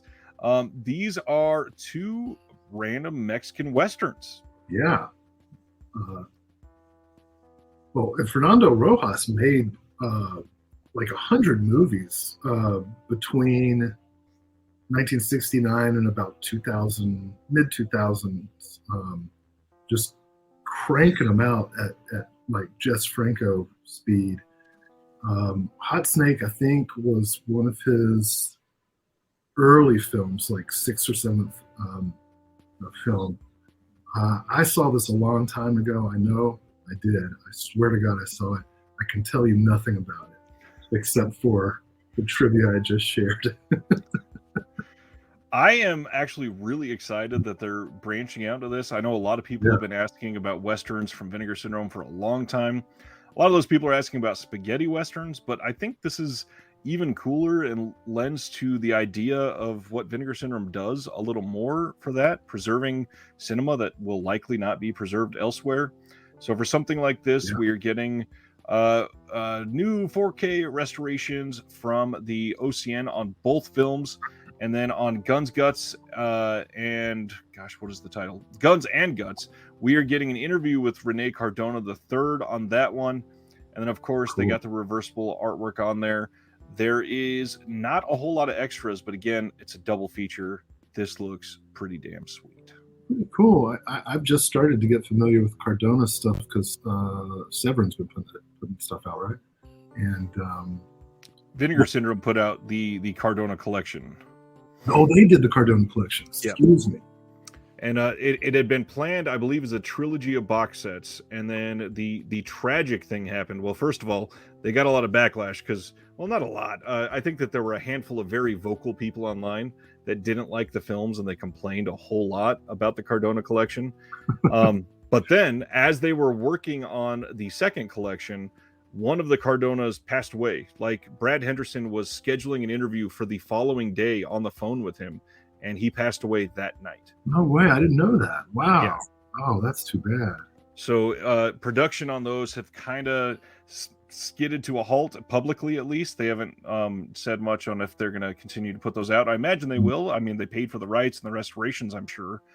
But on top of that, it was their first magnetic box, so they were planning on getting the other ones right next to it. Well, here come I'm looking forward to Guns and Guts. I can see why somebody would not like the films of Rene Cardona, but I think they're kind of interesting to look at. You know? Yep, I get it. This is kind of a big one. Yeah. We are getting The Incredible Melting Man from 1977 in 4K. This is another one that was recent. Well, not recently. It was also put out on Blu-ray from Scream Factory. It is now long out of print, a couple years now.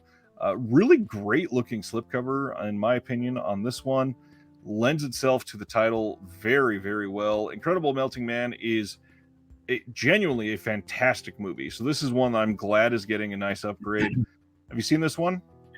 I saw the Mystery Science Theater version. It was on season 7, the last season on Comedy Central, the shortened season. But so I've always wanted to see the uncut version, and I never got a chance to look at the Shout Factory. So I'm really excited about this. It's going to be gross, you know. Oh yeah, because of course the Mystery Science Theater, all the gross stuff is kind of cut out. So I'm really, I'm giddy. I feel like a little kid about this one. This is a 4K UHD, and then there is a Region A locked Blu-ray in the set as well. Of course, we have HDR on it, newly scanned and restored in 4K from the OCN. We got a commentary with the director, new interview with the director, new interview with the script supervisor, and then some small archival featurettes in there. But the cool thing, this is just genuinely a great movie. This is the one that they were hinting at for a while of a 4K release of a classic drive-in title. People were speculating on this one for a long time, and it really fits the bill for this and seems right up there with some of the best releases from Vinegar Syndrome. Love this movie. I don't know why, but I'm a big fan of I hate using this word because some people don't like it, but a big fan of goopy movies. Oh yeah. So like Body Melt that they put out is one of my not like top 10 from Vinegar Syndrome, because they put out some really great stuff, but Body Melt is fantastic. Stuff like Street Trash is amazing, of course. Yeah, some of these goopy movies, that's like Day of the Dead. I really love the ending of that because it just gets so gross. I'm with you on that. That's I share that. Ice says this is the best release of August, which is interesting. Maybe. And that is leading us to what is probably not the best release of August. We are getting The Birds 2 Land's End from 1994. And some people very unhappy that this is getting any sort of release. But again, as I say, everything deserves some sort of release. Jeff, damn it, Goopy is definitely a genre. We just made it a genre. This is I've never seen this one. It's directed by Rick Rosenthal. It's supposed to be god awful, but it's probably really fun to laugh at. Ted and Mary have just moved with their 2 young daughters to the sleepy coastal town of Gull Island so that Ted can complete work on his thesis. Everything couldn't seem more picturesque about their new seaside home. That is, except for the increasing number of aggressively behaving birds. After surviving an unprovoked nighttime avian invasion, Ted becomes determined to figure out the cause of their unusual behavior. An investigation which leads him to uncover the sinister goings-on in the nearby waters. All the while, the birds increase their now deadly attacks, moving up from family pets to human victims. This is never released on disc previously. Vinegar Syndrome brings this notorious sequel to Blu-ray, newly restored from the 35, interpositive and featuring comprehensive interviews with the cast and crew. We get a 54-minute extensive making of documentary called Don't Remake Hitchcock, featuring interviews with the cast and crew. Then a 17-minute interview with the composer and a locations featurette with the production assistant Craig Edwards.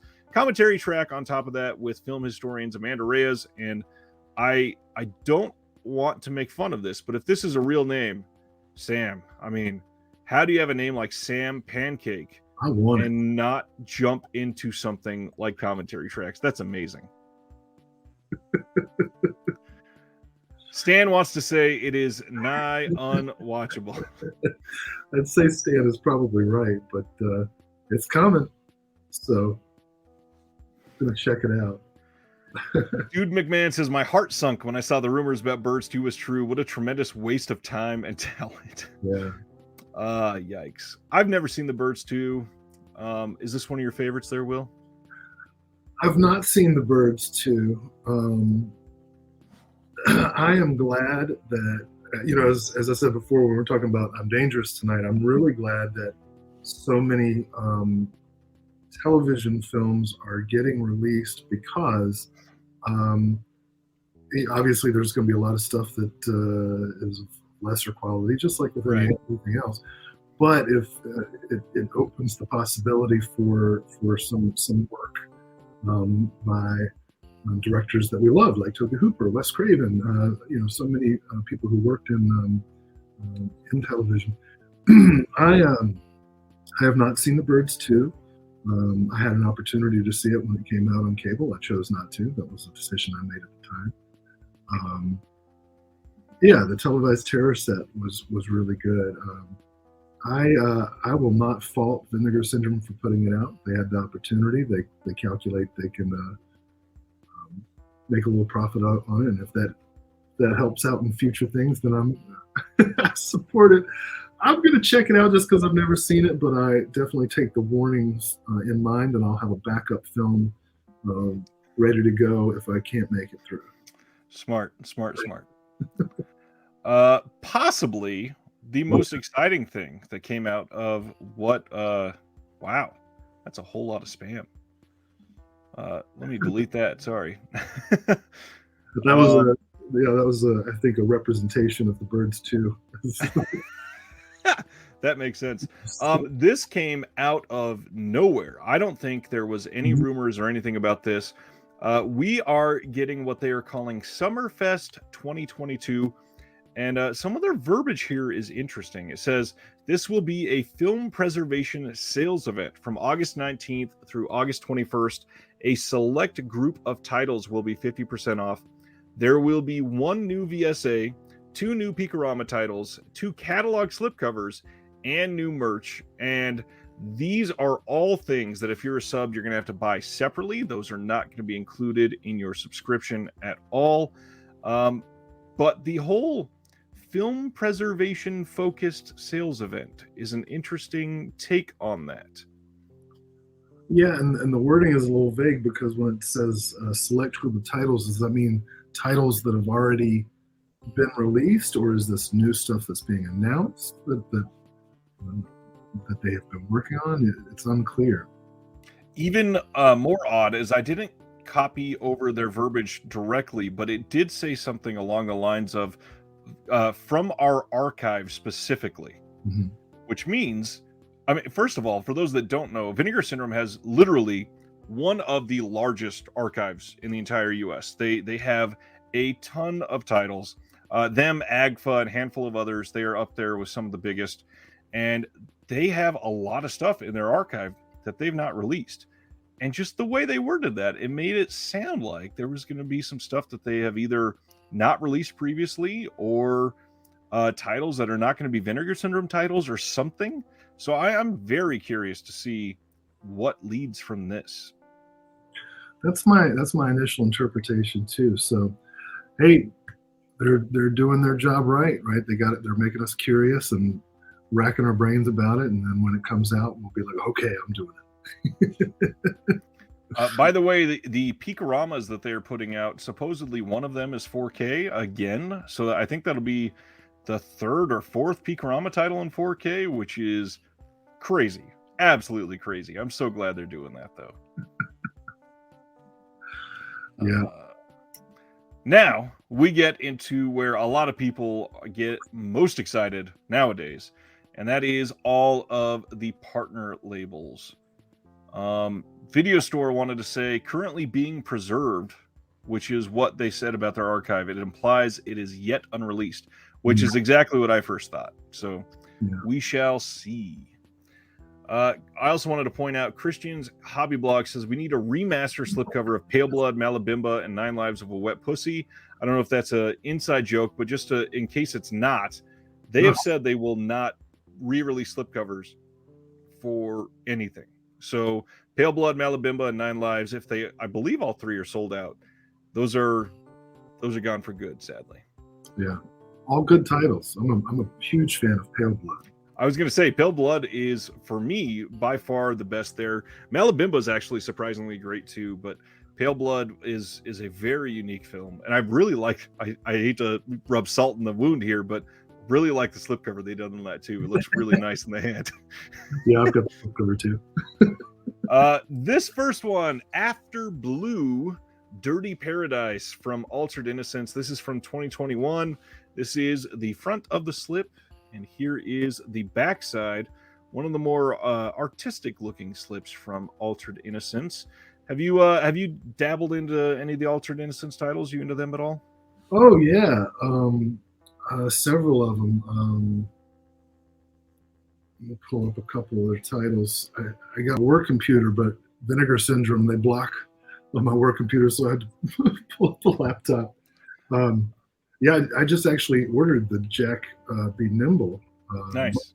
I really like Pals. I like Aribato, Death of Nintendo. Wild Tigers I've known is pretty good too. So yeah, several of their releases I've enjoyed. I think Knife Plus Heart is still my favorite from them, and then Adoration is just a beautiful movie overall. Yeah. What's going on? All that is man. Happy you're here, Brian. Christian's hobby blog says the commentary for 9 Lives is awesome. I believe that's Deegan, right? I believe so. I think she's on a couple of the adult titles. She's done so much stuff. Well, that's one of those, like we were talking about before, where the commentary track really contextualizes the film and advocates for it, because otherwise, I agree there. This one seems really interesting for Altered Innocence. Just for the first couple sentences here, it says, in a faraway future on a wild and untamed female-inhabited planet called After Blue, a lonely teenager named Roxy unknowingly releases a mystical, dangerous, and sensual assassin from her prison. I mean, that alone, that's a kind of a wild premise already. This is directed by Bertrand Mandico, which has gotten a lot of releases seemingly this year, with the Apocalypse After set coming from Mondo Macabro and then Altered Innocence. Same thing. Ragnar says, could be wrong, but isn't Altered Innocence a gay and lesbian inspired films? I believe what they've said is it like caters towards the queer community at least. So there's a lot there for sure. This one, like I said, from 2021, it's a Region A locked Blu-ray. We've got unseen footage by the director. There's a short film by the director on here, and then a 20-page booklet. Again, so glad that a lot of these partner labels are suddenly doing more booklets because they help so much to contextualize what you can't do on some of these with featurettes. Yeah, it's nice timing too with the sort of resurrection of Kate Bush thanks to Stranger Things. I have to assume that this is inspired by the real Kate Bush. The character, the murderer character, is named Kate Bush in this film. Described as a lesbian El Topo in space. Yeah, that's worth watching. I'll check that out. Immediately worth watching. Yeah. This is stunning 35 millimeter in-camera practical effects, otherworldly set pieces, and a dazzling score. So yeah, there is a lot on the bone here for this one for me. This seems very, very interesting. Next up is one that is brand new to the list of partner labels. This is a title called The Corn Shucker, and it's spelled differently, as you'll see there. This is the backside of the slip. This is from 1997 and is only 63 minutes long, from the new partner label VHS Hit Fest. Supposedly, I believe they used to be called VHS Shit Fest. Yeah, that's how I read it. And I think that was on purpose. VHS has been uncovering and releasing movies on video for over a decade across DVD and VHS. Now they are moving on to Blu-ray with the same goal to showcase the most unique, crazy, and obscure movies that they have discovered through years of collecting VHS, allowing even more people to actually be able to experience these nearly lost gems in the best versions possible. Now, this was, a lot of people thought this was originally an SOV film. This was actually shot on 16 millimeter. So it is worthy of an upgrade in that front. And then on top of that, we've got some other stuff coming up. We got an audio commentary, an interview, a music video, and a whole bunch of others on here. But yeah, this looks like an interesting introduction to a new partner label. Any thoughts on lost VHS films? Well, no.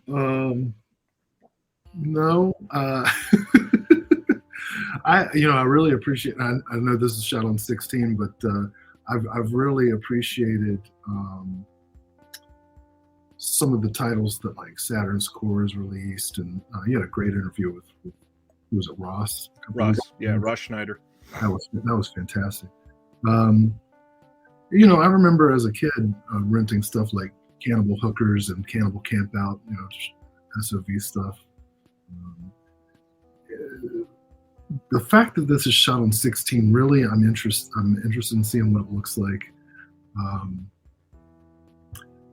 I have a lot of corn shucking based jokes just from where I grew up that are probably not safe for the channel, but lay 'em on me. I'm all ears. Oh shit. On top of the 16 millimeter, this is also shot in really weird looking black and white, super unique. So yeah. I'm really interested on seeing what this is going to look like on disc. Yeah, it looks odd. So let's take a look at it. The story behind this one, it says the corn shucker is a mythical creature who has lived simply and peacefully with nature, but now he is besieged by urban sprawl. With nowhere else to go, he is forced to deal with varmints and outlandishly odd townsfolk. Well, this is the same story as Pom Poko. Oh, I can't wait to see the corn shucker's balls. Oh man, almost messed myself up there. As his food supply diminishes, the corn shucker is confronted by the bigoted old man Thomas. Okay. In an act of desperation, the corn shucker is forced to do the unthinkable. His existence is in peril, and the mysterious world he inhabits could be destroyed. Only nature and the townsfolk will decide his fate. Swear to God, man, that's Pom Poko. But okay. Yeah, we'll talk about that one later, I'm sure, at some point. We should, Speak. Go ahead. when it comes out, we should do a whole show just corn shucker analysis. I might be down for that. Let's see what it actually is, if there's enough to put it down. This one is Speak of the Devil. We just talked about Saturn's Core. Dead North from 1991, and really shot on video inspired slipcover on this one, which I tend to love. I think it looks pretty great on the slip here. And again, Saturn's Core just doing great work. 1991, when three couples escape to the woods together for a weekend camping trip, their idyllic vacation quickly becomes a desperate struggle for survival when a deranged axe-wielding psychopath begins murdering them one by one. An impossible web of marital infidelities leads to a meandering mosaic of endless red herrings, deranged nom-vets, bitter office rivalries, perilous punji pits, and puffy brown plaid couches. First off, I want to give another tip of the hat to the wonderful copywriters at Vinegar Syndrome and their partner labels. It's probably all at OCN because, oh man, they do some great jobs every single month. Yeah, they truly capture the right tone, you know. In the tradition of Blood Cult, Dead North is a hypnotic shot-on-video soap opera slasher epic. Never said those words together, I don't think. And an early non-custom passion project from director Gary Whitson and his New Jersey-based company, Wave Productions. Dead North continues to stupefy underground movie fans with its beguiling blend of head-scratching whodunit, homespun gore effects, and charming regional eccentricities. Again, this is a Wave film from 1991, and the term Wave Productions turns off a lot of people. But this is not one of those custom films, so it might be a little more tolerable for you on that front. Well, I hope so, since it features a feature-length remake of the... So if you don't watch the movie once, you get to see it twice. And if you want to watch it even more, there's audio commentary with the director, moderated by Ross Schneider, co-director of Mail Order Murder, who was on this channel earlier. Audio commentary with Richard Moog, author of Analog Nightmares, the shot-on-video horror films from 82 to 95. Interview with Gary Whitson himself. And then The Pineland Murders, directed by director Gary Whitson's 2012 feature-length remake, like it was just said, from 2012. That's wild. The Hanging Judge, a 1991 custom short from Wave, featuring the cast of Dead North, and it's 45 minutes long. Crushed, Gary Whitson's 1995 short featuring Dead North stars Clancy McCauley and Avon Warren. And Lunch Meat Midnight Snack, a 28-page booklet featuring rare vintage news articles, plus writings by a handful of people. That's really cool that they're putting this out. So cool. You know, I had a student close to a decade ago who was really into SOV, did a whole project for class and really proselytized the virtues of SOV filmmaking to me. And I wish he were able to be here now, because there's so much more that you gotta have access to, plus with all the extras and the real respect given. You know, making a movie's hard. It is. I have nothing but respect. I want to throw out another thing that I mentioned, and Ross and I talked about in our interview on Saturn's Core stuff, that these films, yes, they're shot on video, and so a lot of people scoff at why are we getting them on Blu-ray? They can't look any better. I understand that, but also look at everything that is on this disc, because this is not something that you could ever see in a package, you know, on VHS or even in the heyday of DVDs, because there's so much content coming in this package that is just astounding. Yeah. You know, anybody who can convince their friends, coworkers, family members to work on these films is a character, you know, and I want to know about them. Not only that, and then have them come back for a couple shorts after, because they didn't hate the first experience enough. Yeah. And it just continues and continues. First off, I'll throw out there, as much as we're going to talk about this film, this slipcover is already sold out, and it is the 4th of August. We are getting from Yellow Veil Pictures Faults from 2014. Nice looking slip here that nobody else is able to purchase. The front and back here looks decent. This says Claire is under the grip of a mysterious new cult called Faults. Desperate to be reunited with their daughter, Claire's parents recruit one of the world's foremost experts on mind control, Ansel Roth, to kidnap and deprogram her. However, once the process is underway, Ansel realizes he may not be the one in control, which just sounds freaking incredible to me. This one is directed by Riley Stearns, which is making a bit of an impact lately. He just put out the film Duel on Blu-ray. A lot of people loving Riley stuff recently. He's a good Austin, Texas fella, yeah. And then, of course, we are getting a whole bunch of stuff on here. We get the original cast commentary from 2015 with the cast, which includes Mary Elizabeth Winstead and the director, and then a new crew commentary from 2022 with the DP, Michael Reagan, the editor, and the director, of course. Reprogramming Faults, an interview with the director, a deprogramming fault, discussion on cult deprogramming between Lola Blanc, cult survivor turned filmmaker, and director Riley Stearns, which that just sounds incredibly fascinating to me. Riley Stearns' Sundance selected short film called The Cub from 2013, and then a transcribed discussion between the director Alex Ross Perry from Her Smell and then director Riley Stearns in an illustrated 12-page booklet, which is an interesting idea to include on here. Yeah, that's really cool. I'm sad that I missed the slipcovers, but I'm going to check it out. It went very quickly, and this month was a little odd because they had 4 or 5 titles that were only limited to 1,000, which has seemingly been happening a little more lately. And this has been an element of discussion. And as a subscriber, I'll ask you, because the subscriber totals, they've been raising the totals on how many they're printing for the last couple of years. So a couple of years, well, not a couple of years ago now, 5 years ago now, a lot of them were only limited to 1,000 to 1,500 because Vinegar Syndrome was so small. And now we're getting titles with 10,000 slipcovers, and it's a big change. Now, these 1,000 limit on the partner labels, do you think that is, I'll use the word nefarious. Do you think it is in any way OCN trying to get people to buy titles that they wouldn't otherwise purchase? I mean, it would be nefarious for sure, if they print 1,000, kind of create an artificial shortage and then print another 1,000, Right. But so far, I don't think I've seen any of that. Have you seen any of that? They've never done that. And I've heard this sort of argument of they're just trying to get people to buy these, which, yeah, I mean, you don't have to buy them.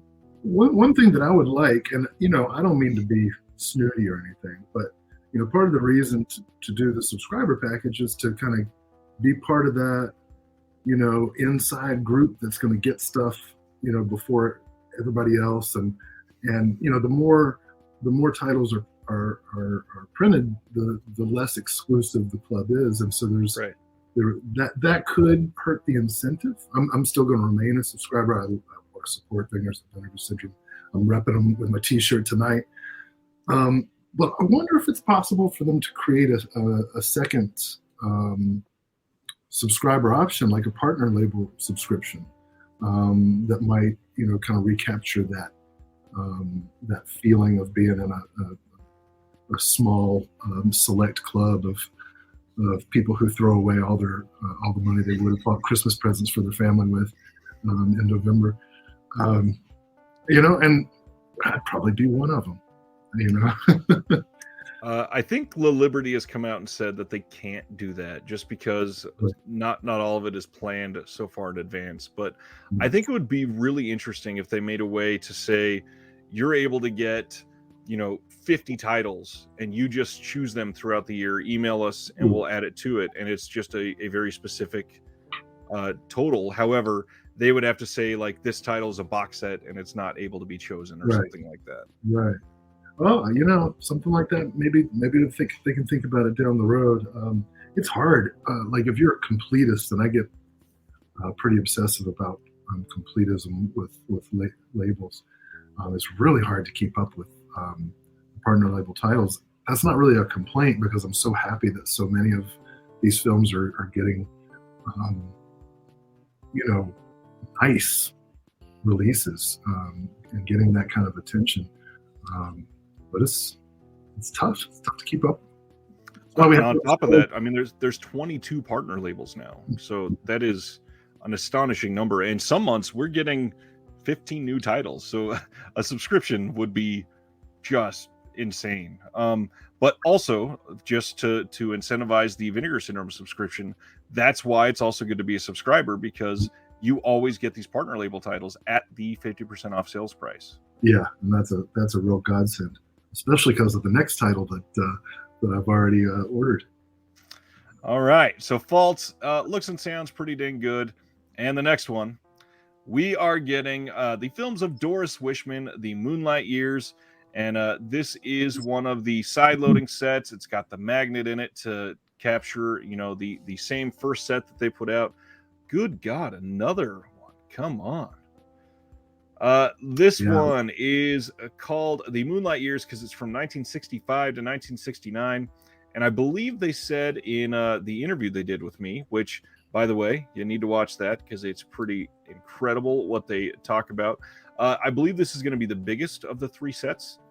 And then they also said that in 2023, they're going to be putting out another standalone outside of those three sets through AGFA from Doris Wishman. Ooh. Well, this one has some of her most important titles. Bad Girls Go to Hell is the other film that I always show. And I'm a big fan of Another Day, Another Man, Indecent Desires too. So, but I'm getting ahead of myself. Go ahead and give the introduction. There is so much in here. As you can probably see here, 623 minutes of combined film. We are getting, what is this? I think it's 3 discs. Yeah, a 3-disc release. The first one has Bad Girls Go to Hell from 65, Indecent Desires from 68, and A Taste of Flesh from 67. And then disc 2 has Another Day, Another Man from 66, My Brother's Wife from 66, and Passion Fever from 69. Then disc 3 has The Sex Perils of Paulette from 65, The Hot Month of August from 66, and Too Much, Too Often from 68.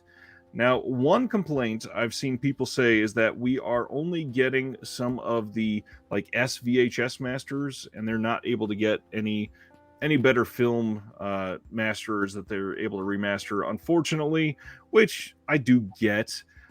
Thankfully, we are able to get a commentary with Frank Henenlotter on Bad Girls Go to Hell.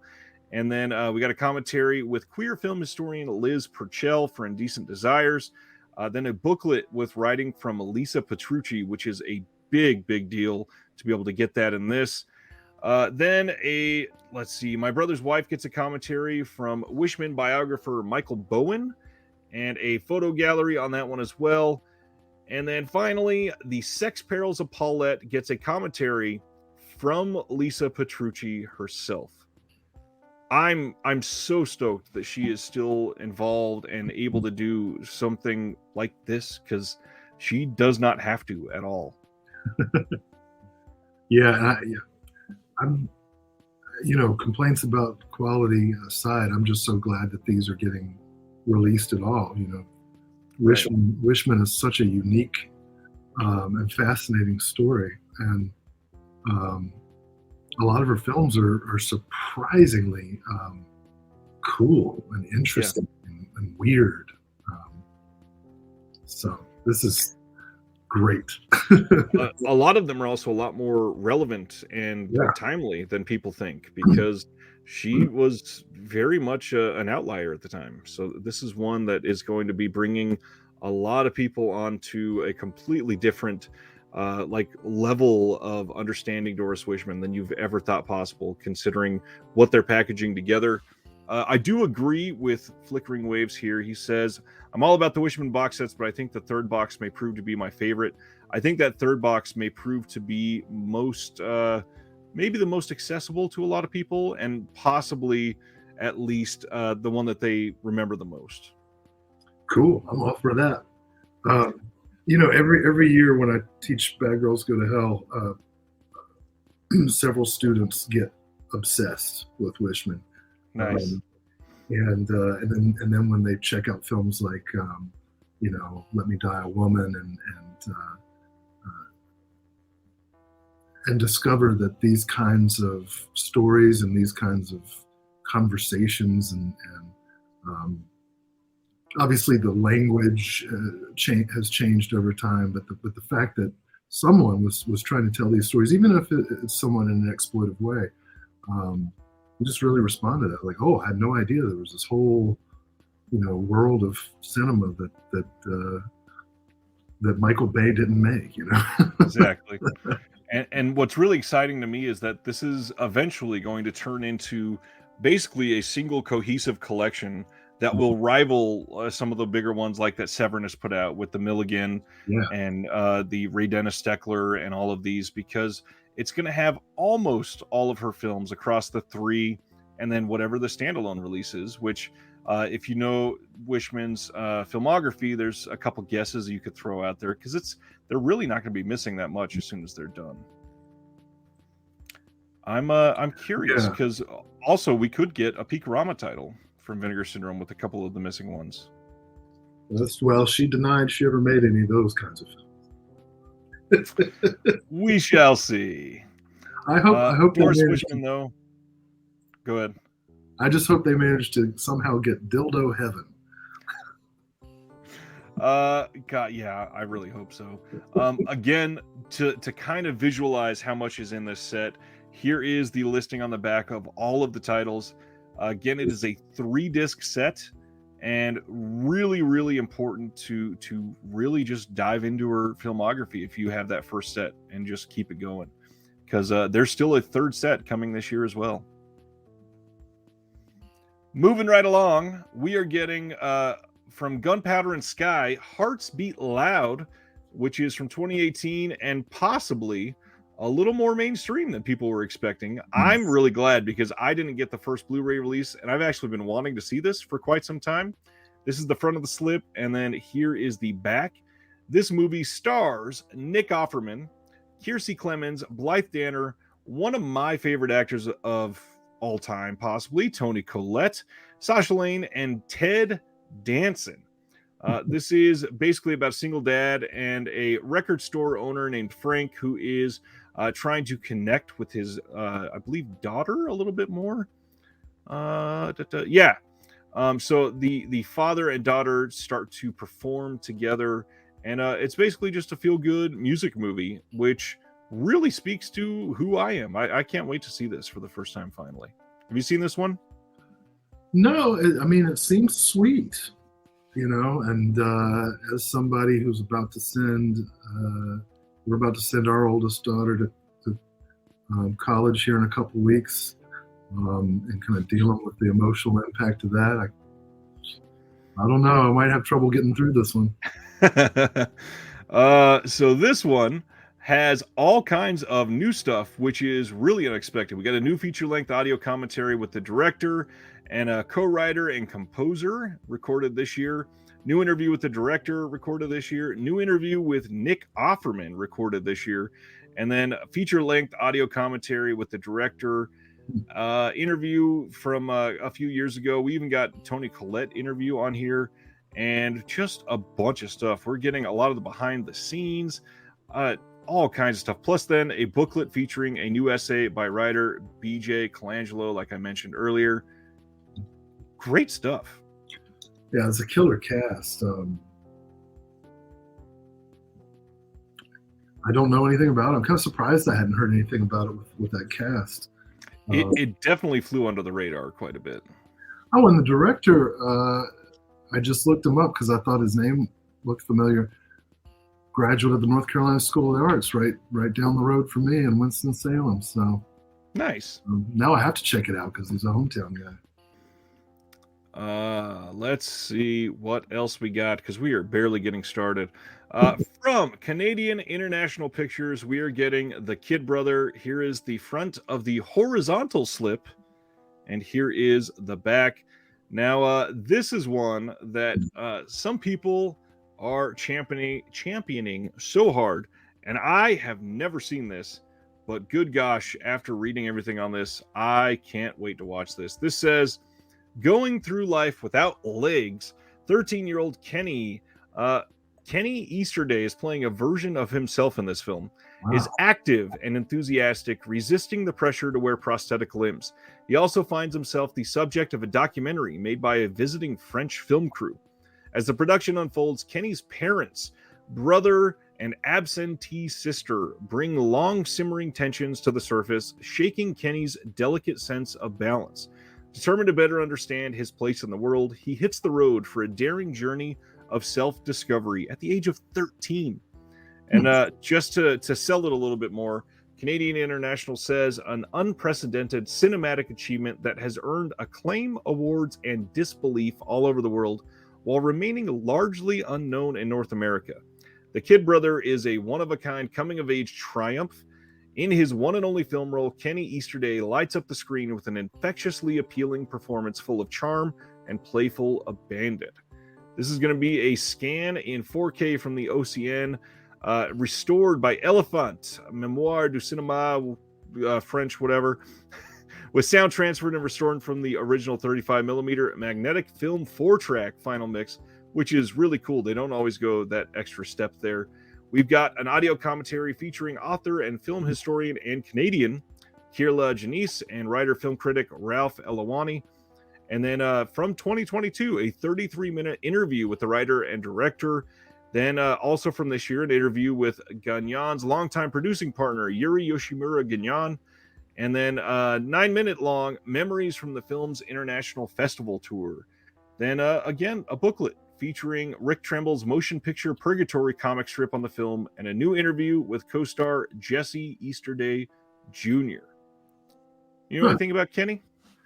I remember vaguely, well, not vaguely because I remember him, but I remember he used to be on the Jerry Springer show as a guest, not one of the, redneck fights shows, but what, when they would kind of get, a little bit exploitive because it'd be like inspirational story type of stuff. But I remember him being a guest, and that's about it. He died not too long ago, a few years ago. Kenny Easterly did, Easterday, which is sad, of course. But so yeah, I'm really interested in this. I'd never heard of this one. He had to have been pretty young, probably 40s-ish. Yeah, early 40s. Very interesting. Alrighty, next one from Enjoy the Ride Records, another one that I had on here for an interview. This is one that screams something I have to watch, and very soon. We are getting Low Sound Desert from 2015, 2 chapters on rock music. This is a documentary by Jörg Steineck about the rock music scene in the low desert of California. What was started by revolting punk rock kids hidden from narrow-minded authorities of suburban desert communities in the early 80s gave birth to bands like Caius and Queens of the Stone Age. With its unique artistic approach, the film provides a deep, intimate insight and captures the attitude of the Coachella Valley's music scene. From jamming all night in the middle of a surreal desert landscape to headlining European stages, desert rock continued its underground spread and became international treasure.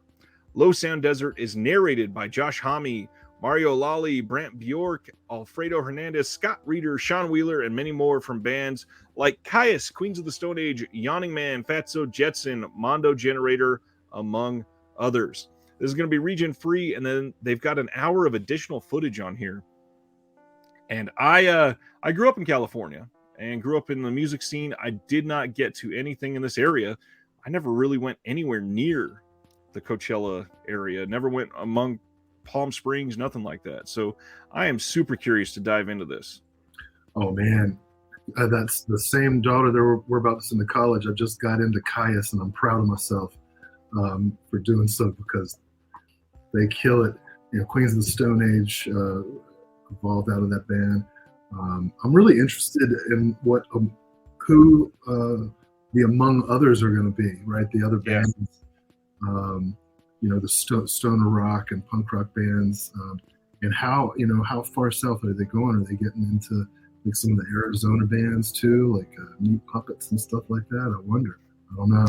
It could be. I mean, they're very close to the Arizona border there for sure. No, I'm definitely gonna get into this one. Sardis says, I passed because I never heard of any of these musicians. I highly recommend checking out Caius and Queens of the Stone Age specifically. Queens of the Stone Age has, ever since they started putting out music, man, they speak to my soul. Yep. You got the groove, man. Next up, a big title from Fun City Editions with the man Hal Holbrook. This is Natural Enemies from 1979. What do you feel about Fun City and Hal Holbrook there, Will? Love Hal Holbrook. Just watched him and his boy recently in Girls' Night Out, their slasher movie. I like that this release is advertised as, coming from the director of Revenge of the Nerds and Troop Beverly Hills. Yep. Which is, for my generation, that's like, oh, awesome, So I've never heard of Natural Enemies. I loved Revenge of the Nerds growing up. Still love parts of that movie. Other parts have not aged well. But Troop Beverly Hills has been a family classic for our family for a long time. So, same. Yeah, this looks really interesting to me. Oh, Louise Fletcher's in it. Cool. The plot on this one too sounds wild. It says, what causes a man who seemingly has everything, a thriving business and family, to snap and throw it all away? It's the question that this provocative and intelligent psychological drama investigates. Successful New York Magazine publisher Paul Stewart has reached his breaking point, and today is the day he has decided to kill himself, his wife, and their children. Holy shit. His marriage to Miriam has grown cold and distant. On this final day, he seeks the answers that might relieve him of his despair through encounters with a psychiatrist, an astronaut, a friend who survived the Holocaust, 5 prostitutes in a brothel, and a lonely woman on the train ride home. I mean, I have to see that. That's a hell of a day. Go ahead. So this is the movie that would have happened if the parents in Troop Beverly Hills had not gotten divorced. Yeah, this is 10 years later.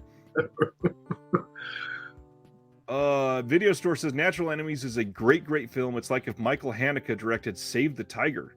Oh wow, they should get that on the back of the box. That's a pretty good endorsement. Interesting. So this is region free. New 2K restoration from the 35mm deposit print held at the Library of Congress. Booklet with a new essay by Jason Bailey. Newly recorded audio commentary by Bill Ackerman of the Supporting Characters podcast. And then a newly filmed 2-part video interview with the director, Jeff Canoe. And then there's a video introduction by that director on there, which, man, this is great. I'm so glad that this is getting a new release. Again, a director that people knew for completely other types of films, and I cannot wait to see this. And that cover art is boss. It is perfect. And then this is the backside. Oh, and it goes around. It's going through her head. Yep. God, I love the prostitutes on top of the. The quote here on the back: today, Paul Stewart is planning to kill his wife, his children, and himself. They are not messing around with this. No, not even any commas. This is going straight through. Dude says, happy to see early Jeff Canoe getting some attention. He's kind of underrated just because he'll always be the Revenge of the Nerds guy, which nowadays that's not always a positive thing, unfortunately. But yeah, I agree. I do think that he's been overlooked a little bit for some of this, and he's got a bit of a filmography. It's something that's not been dipped into too many times. Yeah, this might lead to a resurgence. I'm going to start checking out his back catalog now. And again, Fun City has been just crushing it with their releases. They are almost at 100%. I think there's 1 or 2 titles that a lot of people have been hit or miss on, especially like Billitus. A lot of people did not like. Oh, Morver and Collar. fantastic. I was so happy they put that out. Coca-Cola Kid. I mean, yeah, you're right. And they did the Primetime Panic. I think Christian was mentioning in the chat. A lot of good titles in that catalog. Fantastic, for sure. Next up, from Canny or Connie, however you say it out loud, Robinson's Garden from 1987, which, first of all, one of the most vibrant slipcovers we've seen in quite some time. Very, very interesting colors here. This says, on a drunken walk home, bohemian drug dealer Kumi discovers an abandoned building on the outskirts of Tokyo. Attracted by the vast and untapped space rampant with luxuriant vegetation, she promptly sells all of her belongings and retreats from the world. She carves an island out of the concrete squat and whiles her days away growing cabbage and expressing herself in any way she pleases. This one is going to be a Region A locked release. We've got a couple of interviews on here, new art, and then new writing by K.F. Watanabe. Very interesting. Very interesting for sure. I'm super interested in the fact that Tom DiCillo, I can never remember how to pronounce his name, shot this. I mean, obviously the films listed there, Living in Oblivion, Johnny Suede, several others. Really good. And yeah, that it's kind of propped up in that early to mid 80s punk no wave scene sounds pretty interesting. That slipcover looks like the Trapper Keeper I had when I was a kid. I'm kind of entranced by it. Yep. Flickering Wave says that Robinson Garden slip would make for a wild shirt. Sure. Man, it would look like a perfect 90s shirt, especially if they really use that left side. Yeah. Cool, man.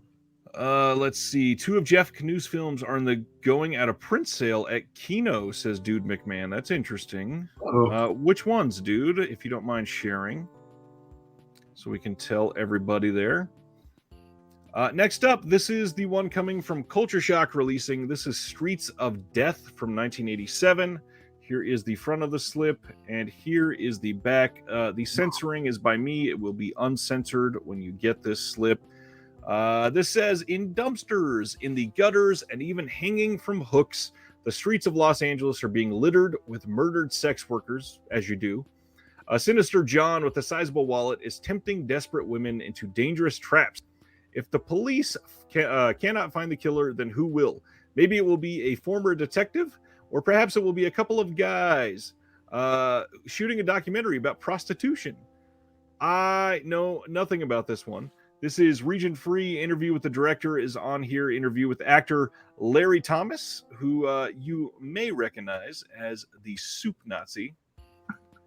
And Tommy Kirk, Old Yeller. Tommy Kirk, yeah. Holy cow. Yeah, this one is, we also got a full-length commentary by Movie Melt, Grindhouse, and Exploitation Podcast. I've not listened to them, so I'm not sure how that's going to be. Wow. Let's see. Dude McMahon answered and said, Tough Guys and V.I. Wachowski are the ones that are in the Kino going out of print sale. Good to know. Thank you, dude. Well, let's see. Somehow missed Robinson's Garden. Sounds like my type of movie. Also going to have to go back to get Kid Brother, Natural Enemies, and this. It's just a solid. The hard thing is it's a solid month every single month right now. It really is. And somehow we're still not done. Summer of Blood is coming from Factory 25, which I got to admit, the stuff that they keep putting out is it can be a little odd and a little varied, but they are doing some great work over at Factory 25. They're the ones that did Other Music and then the Oregonian and a couple others. They're still a fairly new partner label. Here's the front and the back of the slip here. Interesting back. I'll leave that one there for a second. This says writer-director Oner Tukel turns in a hilarious performance as the monumentally lazy, socially oblivious, and commitment-shy Eric Sparrow, who is dumped by his career woman girlfriend when he rejects her rather charitable marriage proposal. Feeling lost, he turns to a disastrous string of online dates that successively eat away at his already deteriorating confidence until a lanky vampire turns him into an undead lady killer with a maniacal sex drive matched only by his frenzied need to feed on blood.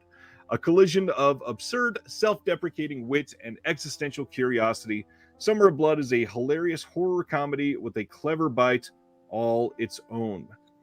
This is from 2014, region free. We got 2 different commentaries by the director and main star on here. Something really cool. We got a 29-minute vampire interview with Larry Fessenden, and then a 25-minute vampire interview with somebody named Lloyd Kaufman. I wish they were together. Yeah.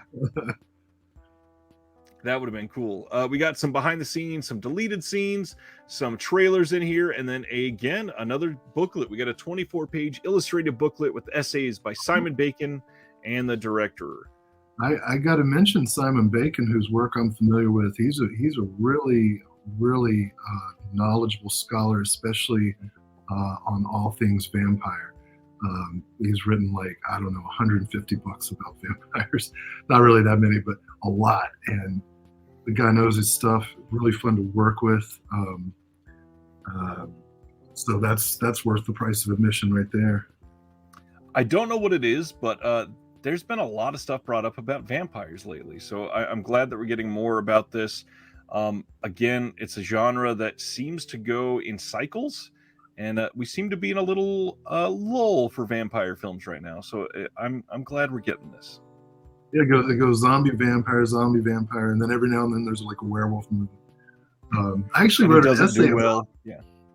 I actually wrote an essay in Film International several years ago about zombies and vampires from Reagan to Trump, and how the films kind of evolved in that period. And it really is a cycle. It was really interesting doing the research, seeing which films and television shows were coming out when. Right now zombies are making most of the money, but the vampires are still kicking. Zombies have been hot pretty much ever since Shaun of the Dead-ish. Yeah, and they just won't go away. They're relentless. Where they really make money is video games. Yeah. Not a lot. Zombies are better for video games. Vampires are more difficult. You can get great stuff like Castlevania, but you can't do the shoot 'em ups. That's very true. I mean, that original Left 4 Dead video game from 15 years ago or so, that game was so great. Yeah. Well, we got a few more left here, I think, or maybe it's just 1 or 2. From Utopia. You know what? I think this is the last one. This is You Can't Kill Meme. You Can't Kill Meme from 2020. This is a film by Haley Garrigus, I think it's pronounced. This is the back of the slip here. Oh. This is a hybrid documentary feature film about the genesis of memetic magic and its application by the alt-right in the United States. This is going to have a 60-minute Q&A from the Fantasia Festival. It's a region-free blue, but other than that, not a lot on this disc. I'm curious to see this doc, though. I've not seen this one. This seems pretty crucial to the times, and now that I know what it's about, the cover makes a lot more sense. A whole lot more sense, yeah. Let's see. It's starring Sean Bell, Billy Brujo, Carol Michaela, Kirk R. Packwood, and Nick Peterson. Yeah, I've not even heard of this one, but this sounds pretty great. And that was it for partner labels. So again, a strong month. I believe we are up to 22 different Vinegar Syndrome partner labels right now, which every single month we talk about. It's a lot to keep up on. But again, the quality, it's not taking away from anything by having 22 partner labels. They are all doing great work. Most of them are, I can't even say that. I think there's a good 5 or 7 of them that don't put out stuff all that often. And then there's a good 11 to 14 of them that seem to release at least one title every month. So it's very great to see what we're getting from all these. Yeah, and really for people who really want to seek out films that they don't know a lot about, it's so nice to have Vinegar Syndrome as a hub that collects all this stuff together, because so much easier than tracking things down on their own. So major appreciation to Vinegar Syndrome for that. Great question from Video Store. I am right in assuming if something is region free, it probably won't see a release in other territories. Not 100% of the time, but that is, I'm going to say that is generally true. There are some exceptions to that, especially when we see things like the Air 444 release that was tied in with the Third Window Films release of the Wicked Forest and the other one that came with that. Those, I believe, are both region free because they work together. So it was timed. It came out at the near the exact same time, and no matter where you got it, you're getting mostly the same content. But really, it's all about the licensor. Some of them just plain don't care, and it seems like Australia gets a lot of region free releases of titles that are coming out elsewhere. So it's not always correct, but usually. Next up, got a few more left. I mentioned earlier I put out an interview with the guys from AGFA, and I think it's a pretty good one. Spend some time with that if you haven't. They do talk about stuff coming out over the next year or so. They drop a couple things that they're working on, which are pretty exciting, and they haven't mentioned it elsewhere, so a little exclusive there. But things that are getting re-released, we mentioned the Kino Lorber Mill Creek re-releases. This is another one coming out, Eyes of Lower Mars from 1978. Genuinely a fantastic film. This is one of the better ones out there from around this time. And we got the special features that were on the previous release, but nothing on here is new. And that Mill Creek release is not super old. So it's really odd how they seem to have picked up a handful of titles that were just recently released by Mill Creek. And some of them are less than like 2.5 years old, and they're already getting brand new releases. I'm very curious as to why or what they think they're getting out of that. Good film. Have you seen Eyes of Lower Mars? Oh yeah, John Carpenter, one of his earliest writing credits, and Irvin Kershner is king of the sequels, right? The Empire Strikes Back, RoboCop 2. This is a nice little thriller. Faye Dunaway and Tommy Lee Jones are really good in it. It's pretty early in Tommy Lee Jones's career. Very young, yeah. This is like right after he did Rolling Thunder, I think. Had to have been, yeah. Which I just watched the other night. It holds up. Nice. Tommy Lee Jones has some of the best lines. I'm going to go kill a lot of people. So yeah, Eyes of Lower Mars. I don't think I'll be upgrading my copy, but I might watch it again here now that it's getting re-released. Highly recommend this movie is basically what we're getting at. Yet another one, but this is another interesting one where we get some new special features. Happy Birthday to Me is getting a release from Kino on October 18th, and it's one of the most iconic imageries from a film cover of all time. I swear this poster was basically required to be in every video store for like 5 years. That was in the contract or something. Dude says, Kino and this Mill Creek thing is making me wonder if I should keep waiting on Renegades. I haven't picked it up yet. That's a good question.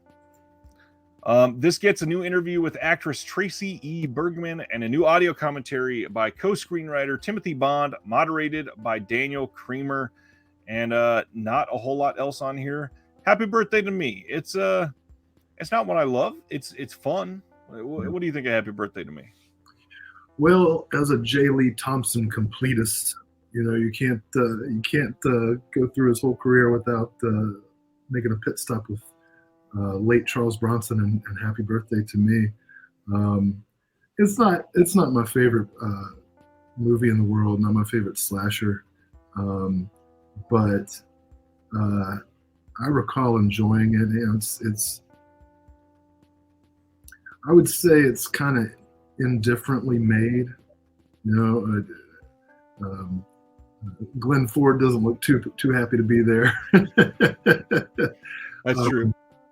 But we were talking about Giallos and the Jolly and the formula and kind of picking out interesting bits from the Drek.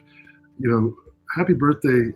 Yeah, J. Lee Thompson is an underrated director. He's fantastic. And even the late Charles Bronson movies that have some problematic politics are taut action movies and get the most out of the budgets.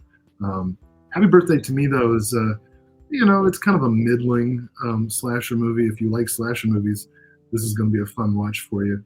It's not going to like convert anybody to the genre though, I don't think. But the poster, iconic. I swear this movie has had so many releases on every format. This is like one of the most released movies, at least it feels like. Next up, speaking of AGFA, we just spoke on them. Smut Without Smut Volume 1 is coming from 101 Films UK as part of their AGFA partnership. Now, one of the reasons that this might be interesting is that this was a fully limited release in the US. So the title is out of print, which means if you want these two titles, this is going to be the cheapest way to get these. And I believe in the US, it's fully gone out of print. You're not able to get this unless you're getting it secondhand. Again, this is literally the X-rated genre movies with the X-rated bits removed. These are interesting. And then they have the Smut Without Smut versions and the uncut versions both included if you want to see everything on there. So with and without smut. Yes. Okay. They also have the commentary track on things to come with the AGFA team, which is one of the better listens because they put a lot of love into stuff like this. So it's really nice to hear from the people that are restoring this and putting it out what they think of the film. I missed the Smut Without Smut went out of print, so this will be a good chance for me to check these out. Definitely. And then another AGFA title coming out from 101 Films in the UK is Scary Tales, which I got to be honest is one of my favorite AGFA releases. I think that this is one of their more fun titles. I will really point out they've got this notice here. This movie was shot on VHS and edited on tape, and it definitely shows it's not the highest quality. But it is a little anthology film, and it's fun. And then on top of that, they've got the commentary track with the director on here. There's a demo version, which is really interesting.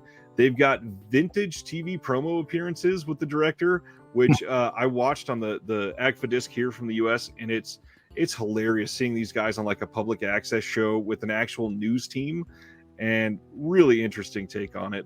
And then there's a bonus movie on here from 1994 called Darkest Soul, plus early horror shorts from the director. This is one of those discs that just has everything encapsulated on this to make this a giant package for everybody that purchases it.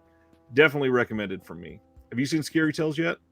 No, it looks really cool. I saw that, I can't remember the label now, but they had announced a limited edition of Mazes and Monsters, the made-for-TV Dungeons and Dragons satanic scare movie with young Tom Hanks. Yep, Plumeria Pictures. Yeah, that's what it is. That might make a good double feature with this. Although actually, Darkest Soul might make a good double feature with it. Mazes and Monsters isn't very good.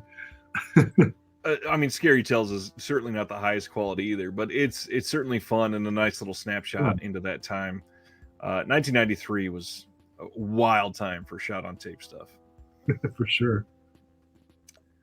Then Second Sight has announced their next limited edition title. We talked about this a couple weeks ago, but we got the beauty shots here and the date and all that.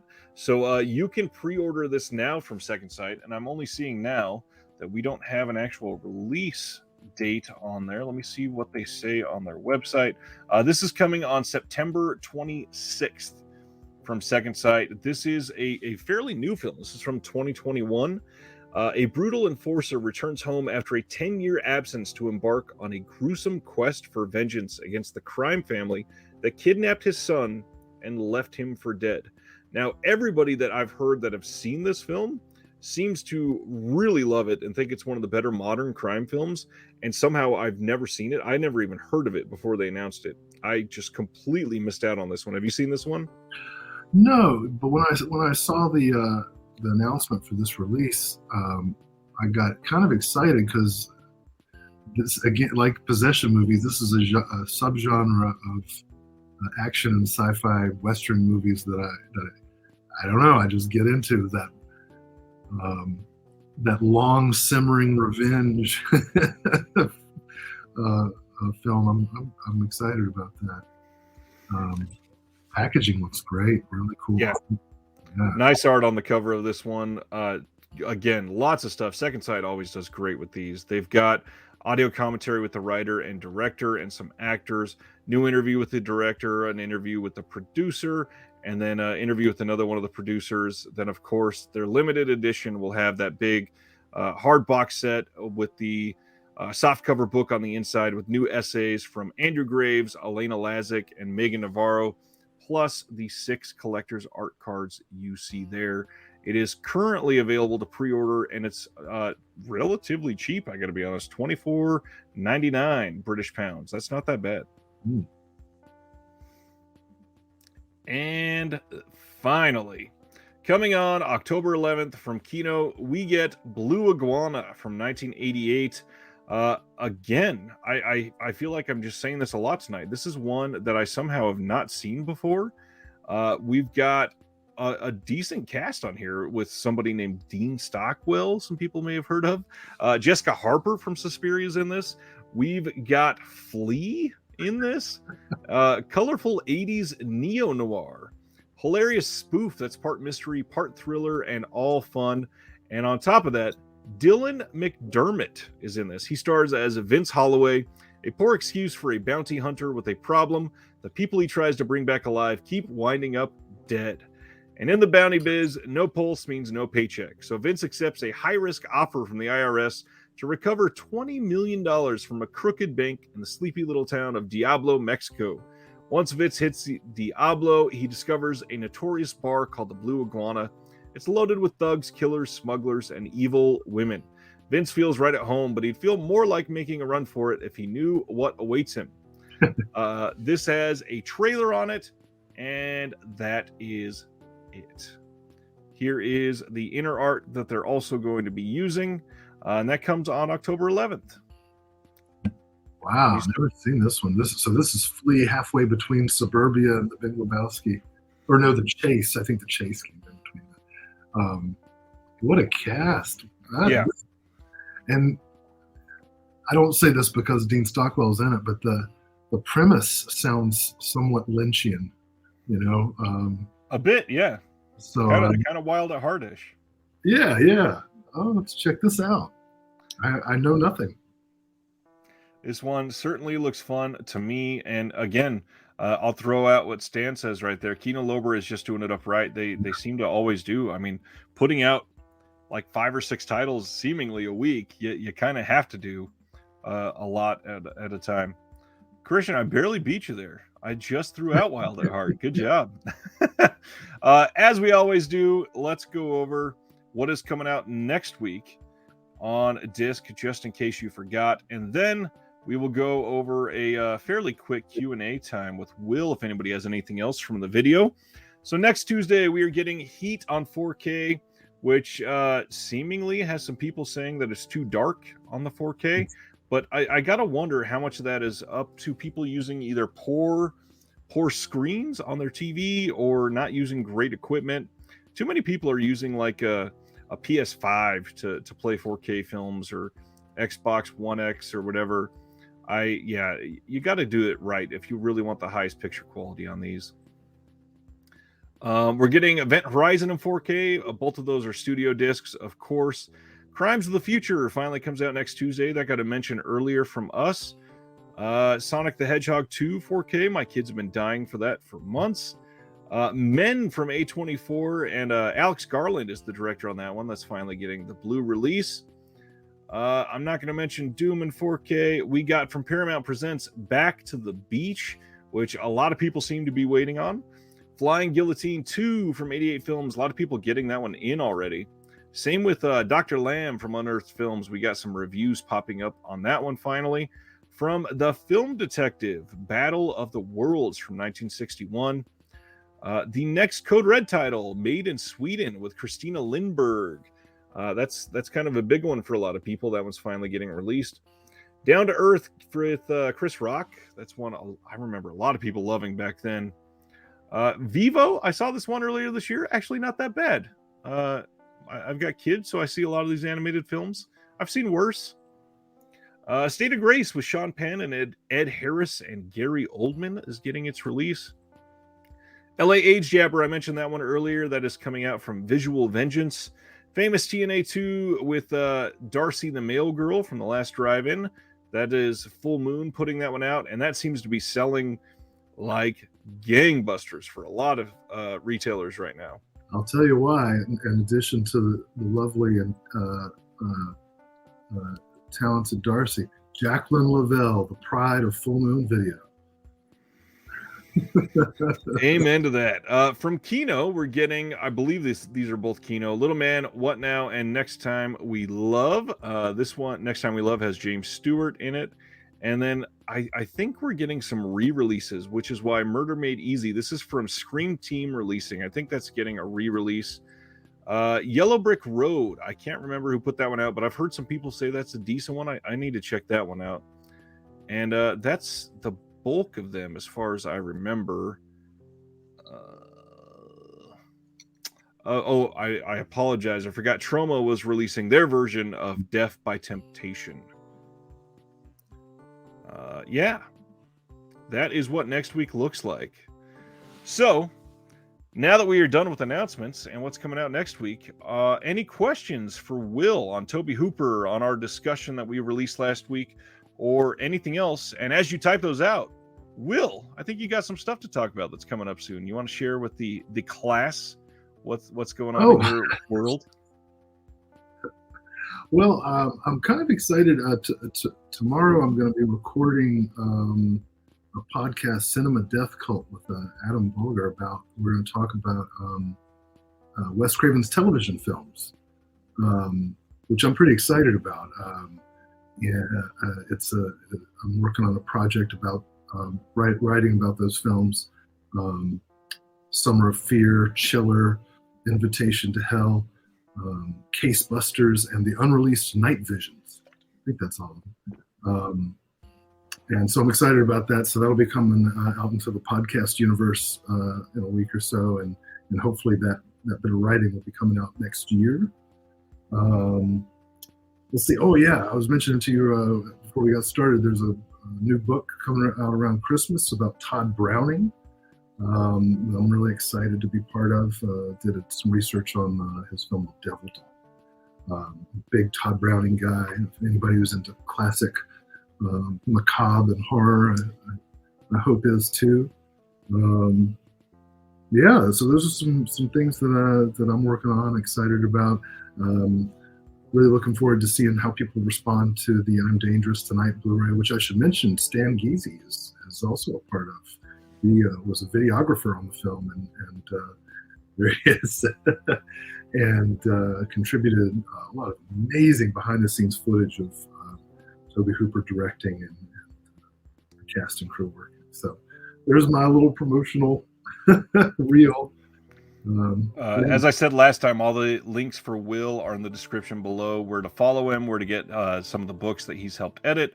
And then on top of that, the I'm Dangerous Tonight Blu-ray, available now pretty much everywhere. Kino Lorber has distribution everywhere, so make sure you check that out. Toby Hooper, made for TV film. We got our first question for you. What movie do you want to see Vinegar Syndrome put out the most?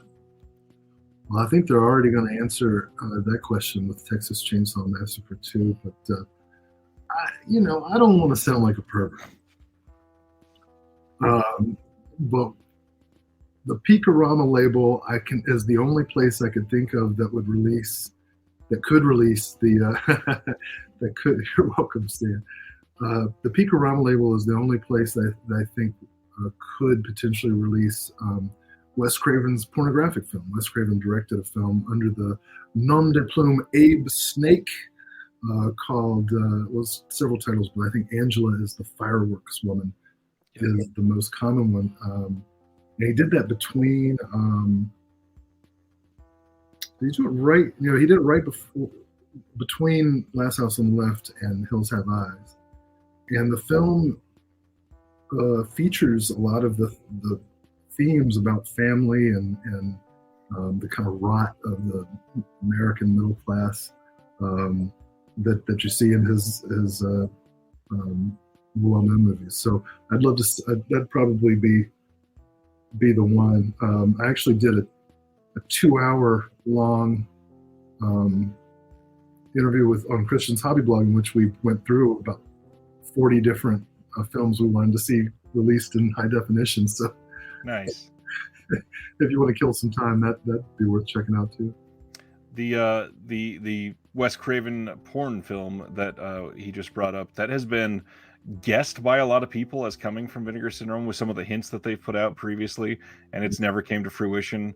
I would love to see that. It would be nice just as a, hey, let's get all of this incredible director's films out there. It would be really nice to see overall. Yeah, the little feature on the Vinegar Syndrome website where they let you suggest a movie. Every 6 or 8 months or so, I'll have just like one too many glasses of wine, and I'll get on there and I'll say, Angela's the fireworks woman. I'll type it in, and then the next question is, do you have any idea where the film elements are? Or do you have any access to them? And I'm like, no, I don't. I'm asking you to do all the work. Please do it all. In your classes, do you talk about Hitchcock a lot? A kind of cliche for a film teacher, but he was obviously a groundbreaking filmmaker, and the reason that Birds 2 is such an insult to film lovers. Is everybody cool with Gus Van Sant's Psycho, though? Are we cool with that? Yeah, why not? Yeah.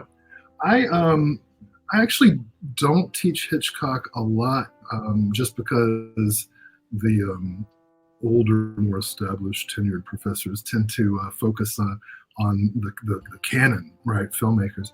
But I usually, when I teach Hitchcock, I usually do a lesser known film, like The Lady Vanishes is one I recently did. I'm a big fan of Frenzy, so I try to slip that one in there. Sabotage. So I tend to leave the most well-known titles to other faculty, and my tendency is always to show the stuff that they're not going to see anywhere else. Right. Obviously when I teach my cult films course, that's specifically what it's for. But when I teach, even film appreciation, and my job is to teach basic film technique, film form, I can show Citizen Kane, and I often do, but I can also show The Hitchhiker by Ida Lupino. I can show Pale Blood, which I'm going to show in October for Halloween now. So always try to get stuff off the beaten path. But I love Hitchcock. I've got 50-some of his films in my collection. Jeff says Lifeboat is underlooked. I think it definitely is. I think that's got a release from Kino, if I remember right. And then Christian says, watch Saboteur by Hitchcock recently and loved it. Saboteur is good, but you also have to see Sabotage.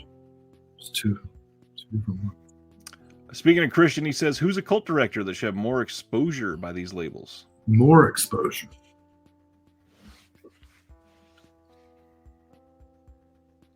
Gosh, asking the tough questions. That is a tough one. Well, now that Jeff Canoe is getting his day in court, we can try to highlight some others. I'm gonna have to think about that question for a second, actually, because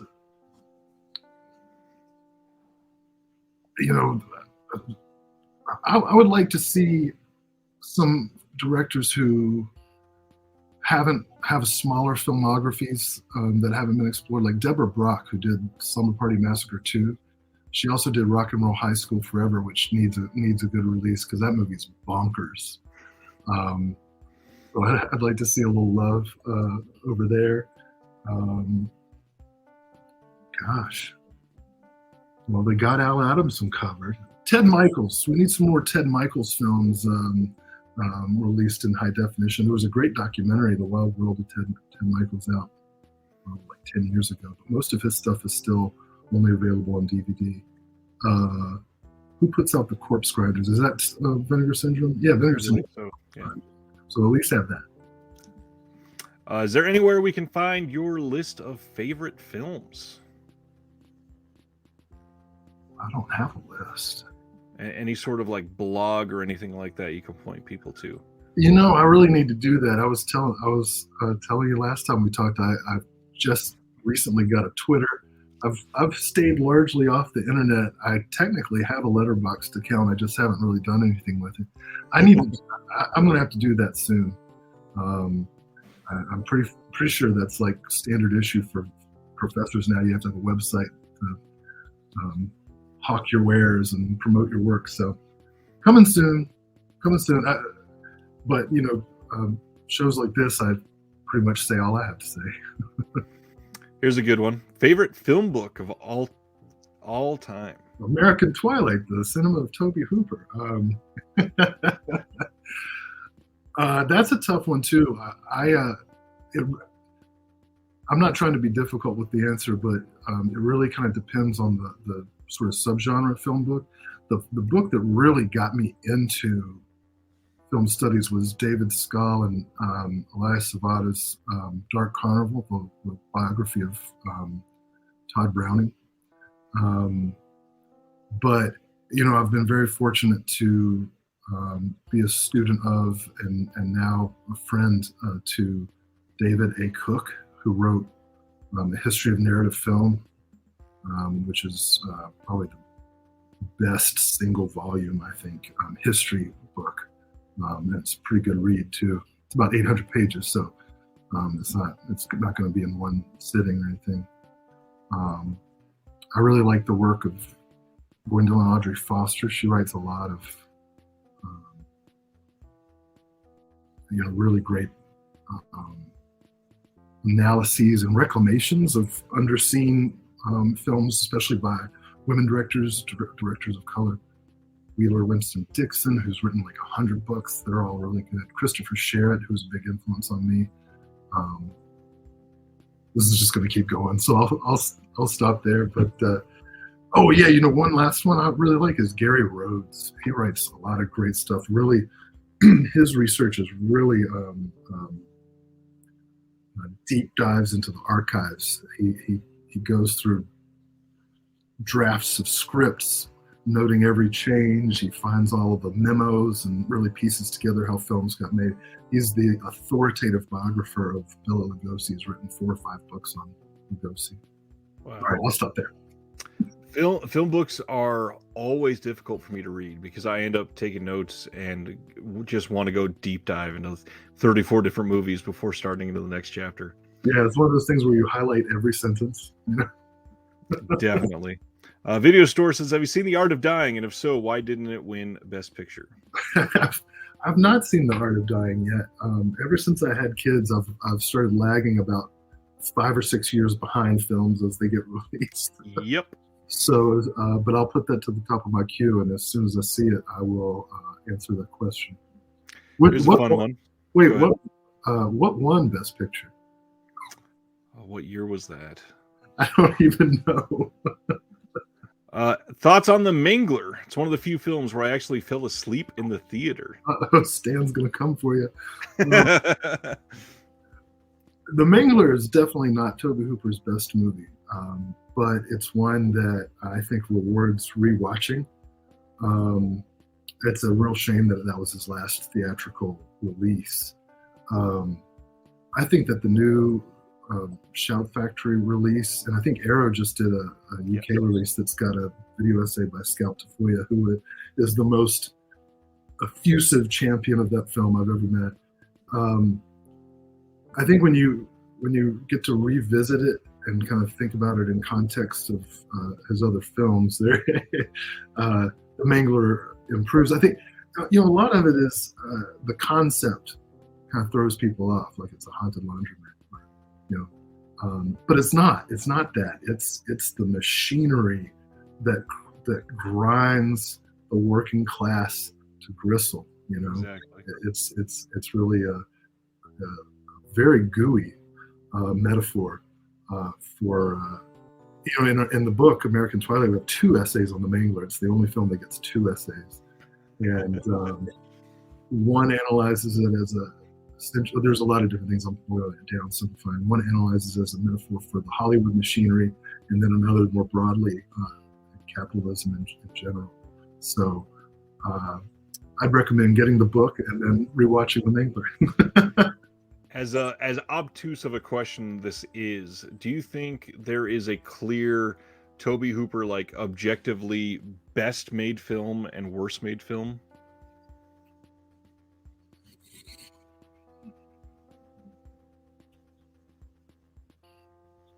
I mean, it's tempting to say to the Texas Chainsaw Massacre is the best made film because it's just so perfectly formed, you know. Right. But certainly Hooper had higher budgets after, not much higher, but higher budgets after that you could make the argument that on a technical level, other films are more accomplished. Tobe Hooper's worst film?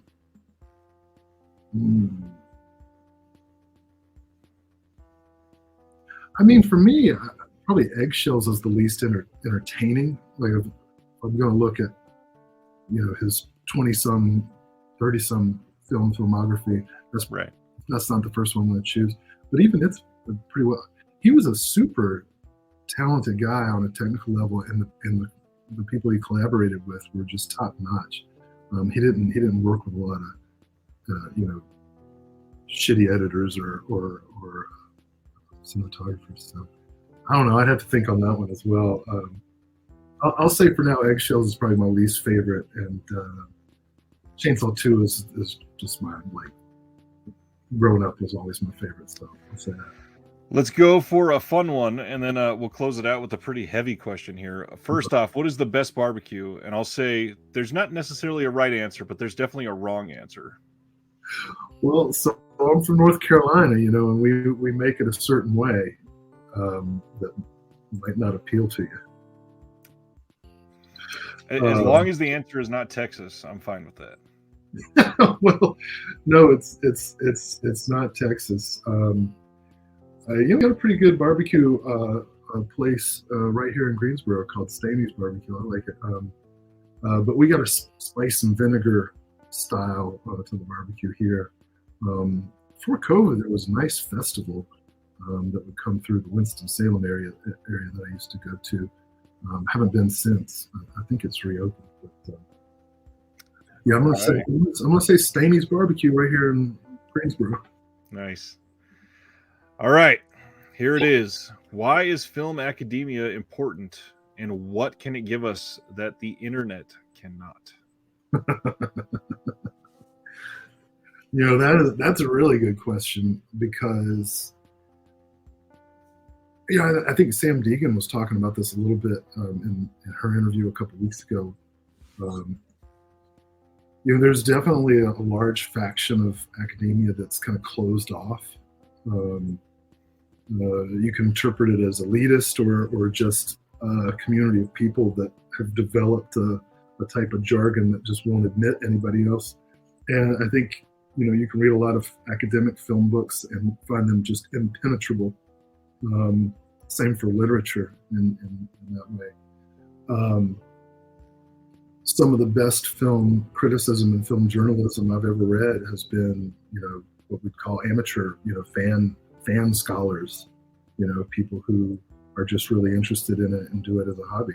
Some of the best YouTube shows I've seen are done by people in their spare time on their own dime. So to that part of the question, what can academia give people that the internet can't? I would say not a lot, but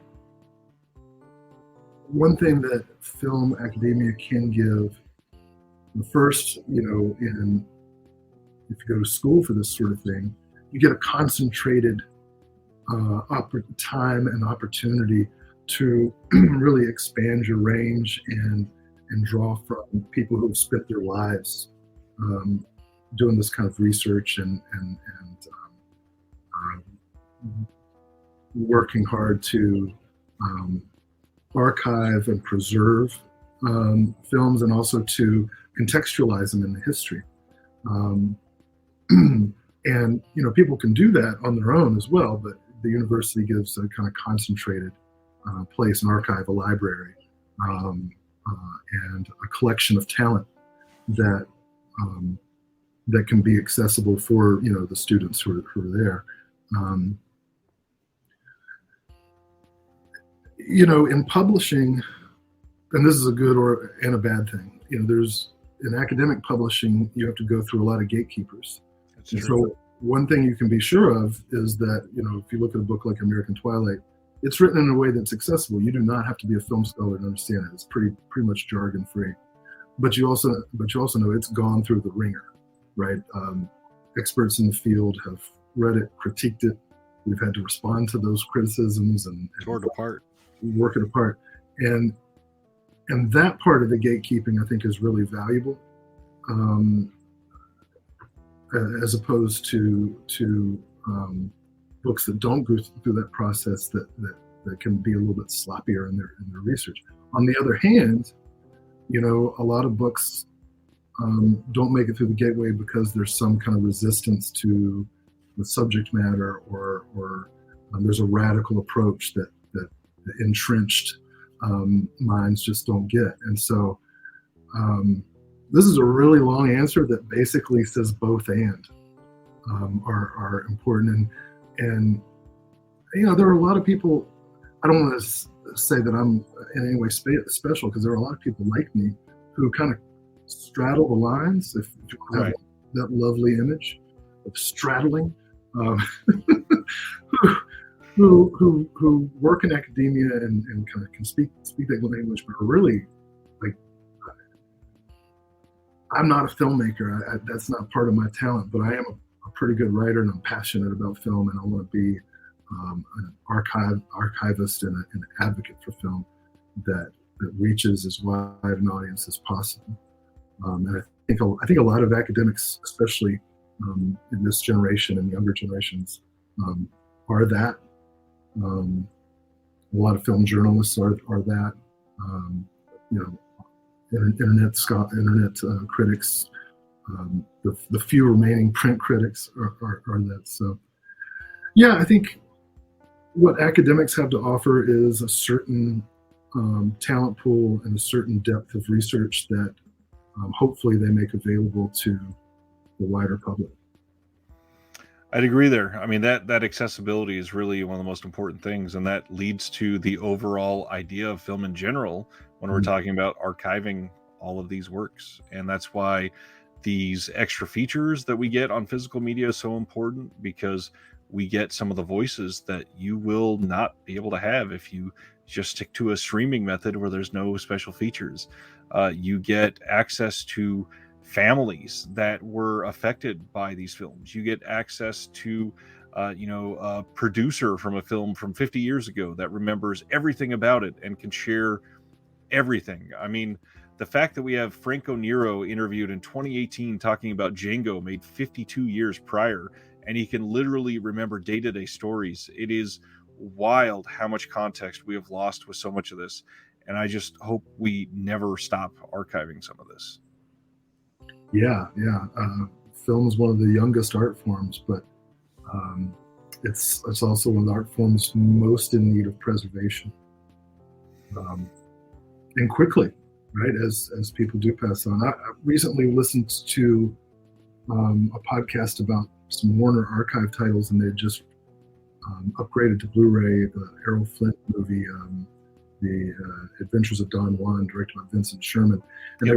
they were able to port over audio commentary that Sherman did before he passed away. Oh, it's fantastic. Great stories. As awful as this whole situation is, we got to end it with talking about this for the final time. What is with the decades-long rumors about Spielberg directing Poltergeist? Yeah, what is with that?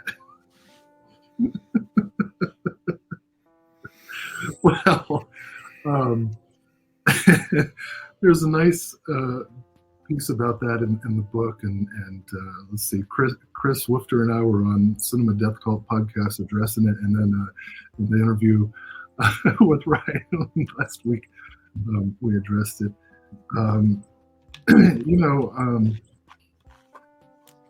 going to go with, to sum it up, Joe Bob Briggs pointed out that one thing that Toby Hooper was never good at was handing and schmoozing and playing the game. And for whatever reason, um, a couple folks who were potentially on the set, spread that rumor as Spielberg, who was a collaborative producer and co-writer of the film with Hooper, was setting up a second unit shot. But as we were saying in the interview last week, if you watch Spielberg's movies and you watch Hooper's movies and then you watch Poltergeist, the only reason Poltergeist might look a little bit like a Spielberg movie is because of the money. Yep. The themes, the sense of humor, the darkness, the scares, those are all in the style of Hooper. And Hooper and Spielberg worked together several times after that. Amazing Stories, Taken, and so on. So it wasn't. I think that this rumor definitely caused problems between them, but not problems that were left totally unresolved. From all accounts, and I'll credit Stan Geezy for his insight because he knew Hooper slightly, more than slightly actually, fairly well, and friends with Hooper's son Tony. Toby Hooper was kind of a reclusive guy, retiring guy. Put his energy into communication on the set, and then after that, kind of went off to his own devices. Whereas Spielberg, and this is no knock on Spielberg, is much more of a personality, big man. Very much so. But watch the films, and it's a dumb rumor. It really is. I would agree there. If you enjoy conversations like this is my one time tonight that I will bring up. Not that any of us are educators or anything like that, but over on our Patreon, which I will say thank you to all of our patrons now, including our newest one, Kevin Smith, on there. We have a lot of conversations about stuff just like we've been talking about all day over in our Discord, and the ability to just share everybody having these different opinions and analyzing films and talking about quality of films and releases and just different focuses and cycles in the hobby. It's a really great place. If you are curious about that, the link for the Patreon is in the description below. And the only thing to say tonight, Will, just thank you so much for your time. I really hope everybody enjoyed this. There's so much education to pass along, and to get free access like this to an educator is just priceless. So thank you. Oh man, happy to be here. Hey, I'll throw out a rumor for you. Who directed Jaws? Because I have on credible authority that Steven Spielberg couldn't figure out how to make it work without showing the shark, and stomped off the set, and the producer had to finish it. So spread that around the internet. Video Store says, funny how nobody mentions how Hooper directed 80% of Saving Private Ryan. There you go. Let's get these going. Oh man, everybody, thanks for watching tonight. I know it's been a long show from this time from two collectors to all of you. Hope you have a good night. We'll see you next Thursday. More videos coming out this week from the Disconnected. See you then. Thanks everybody.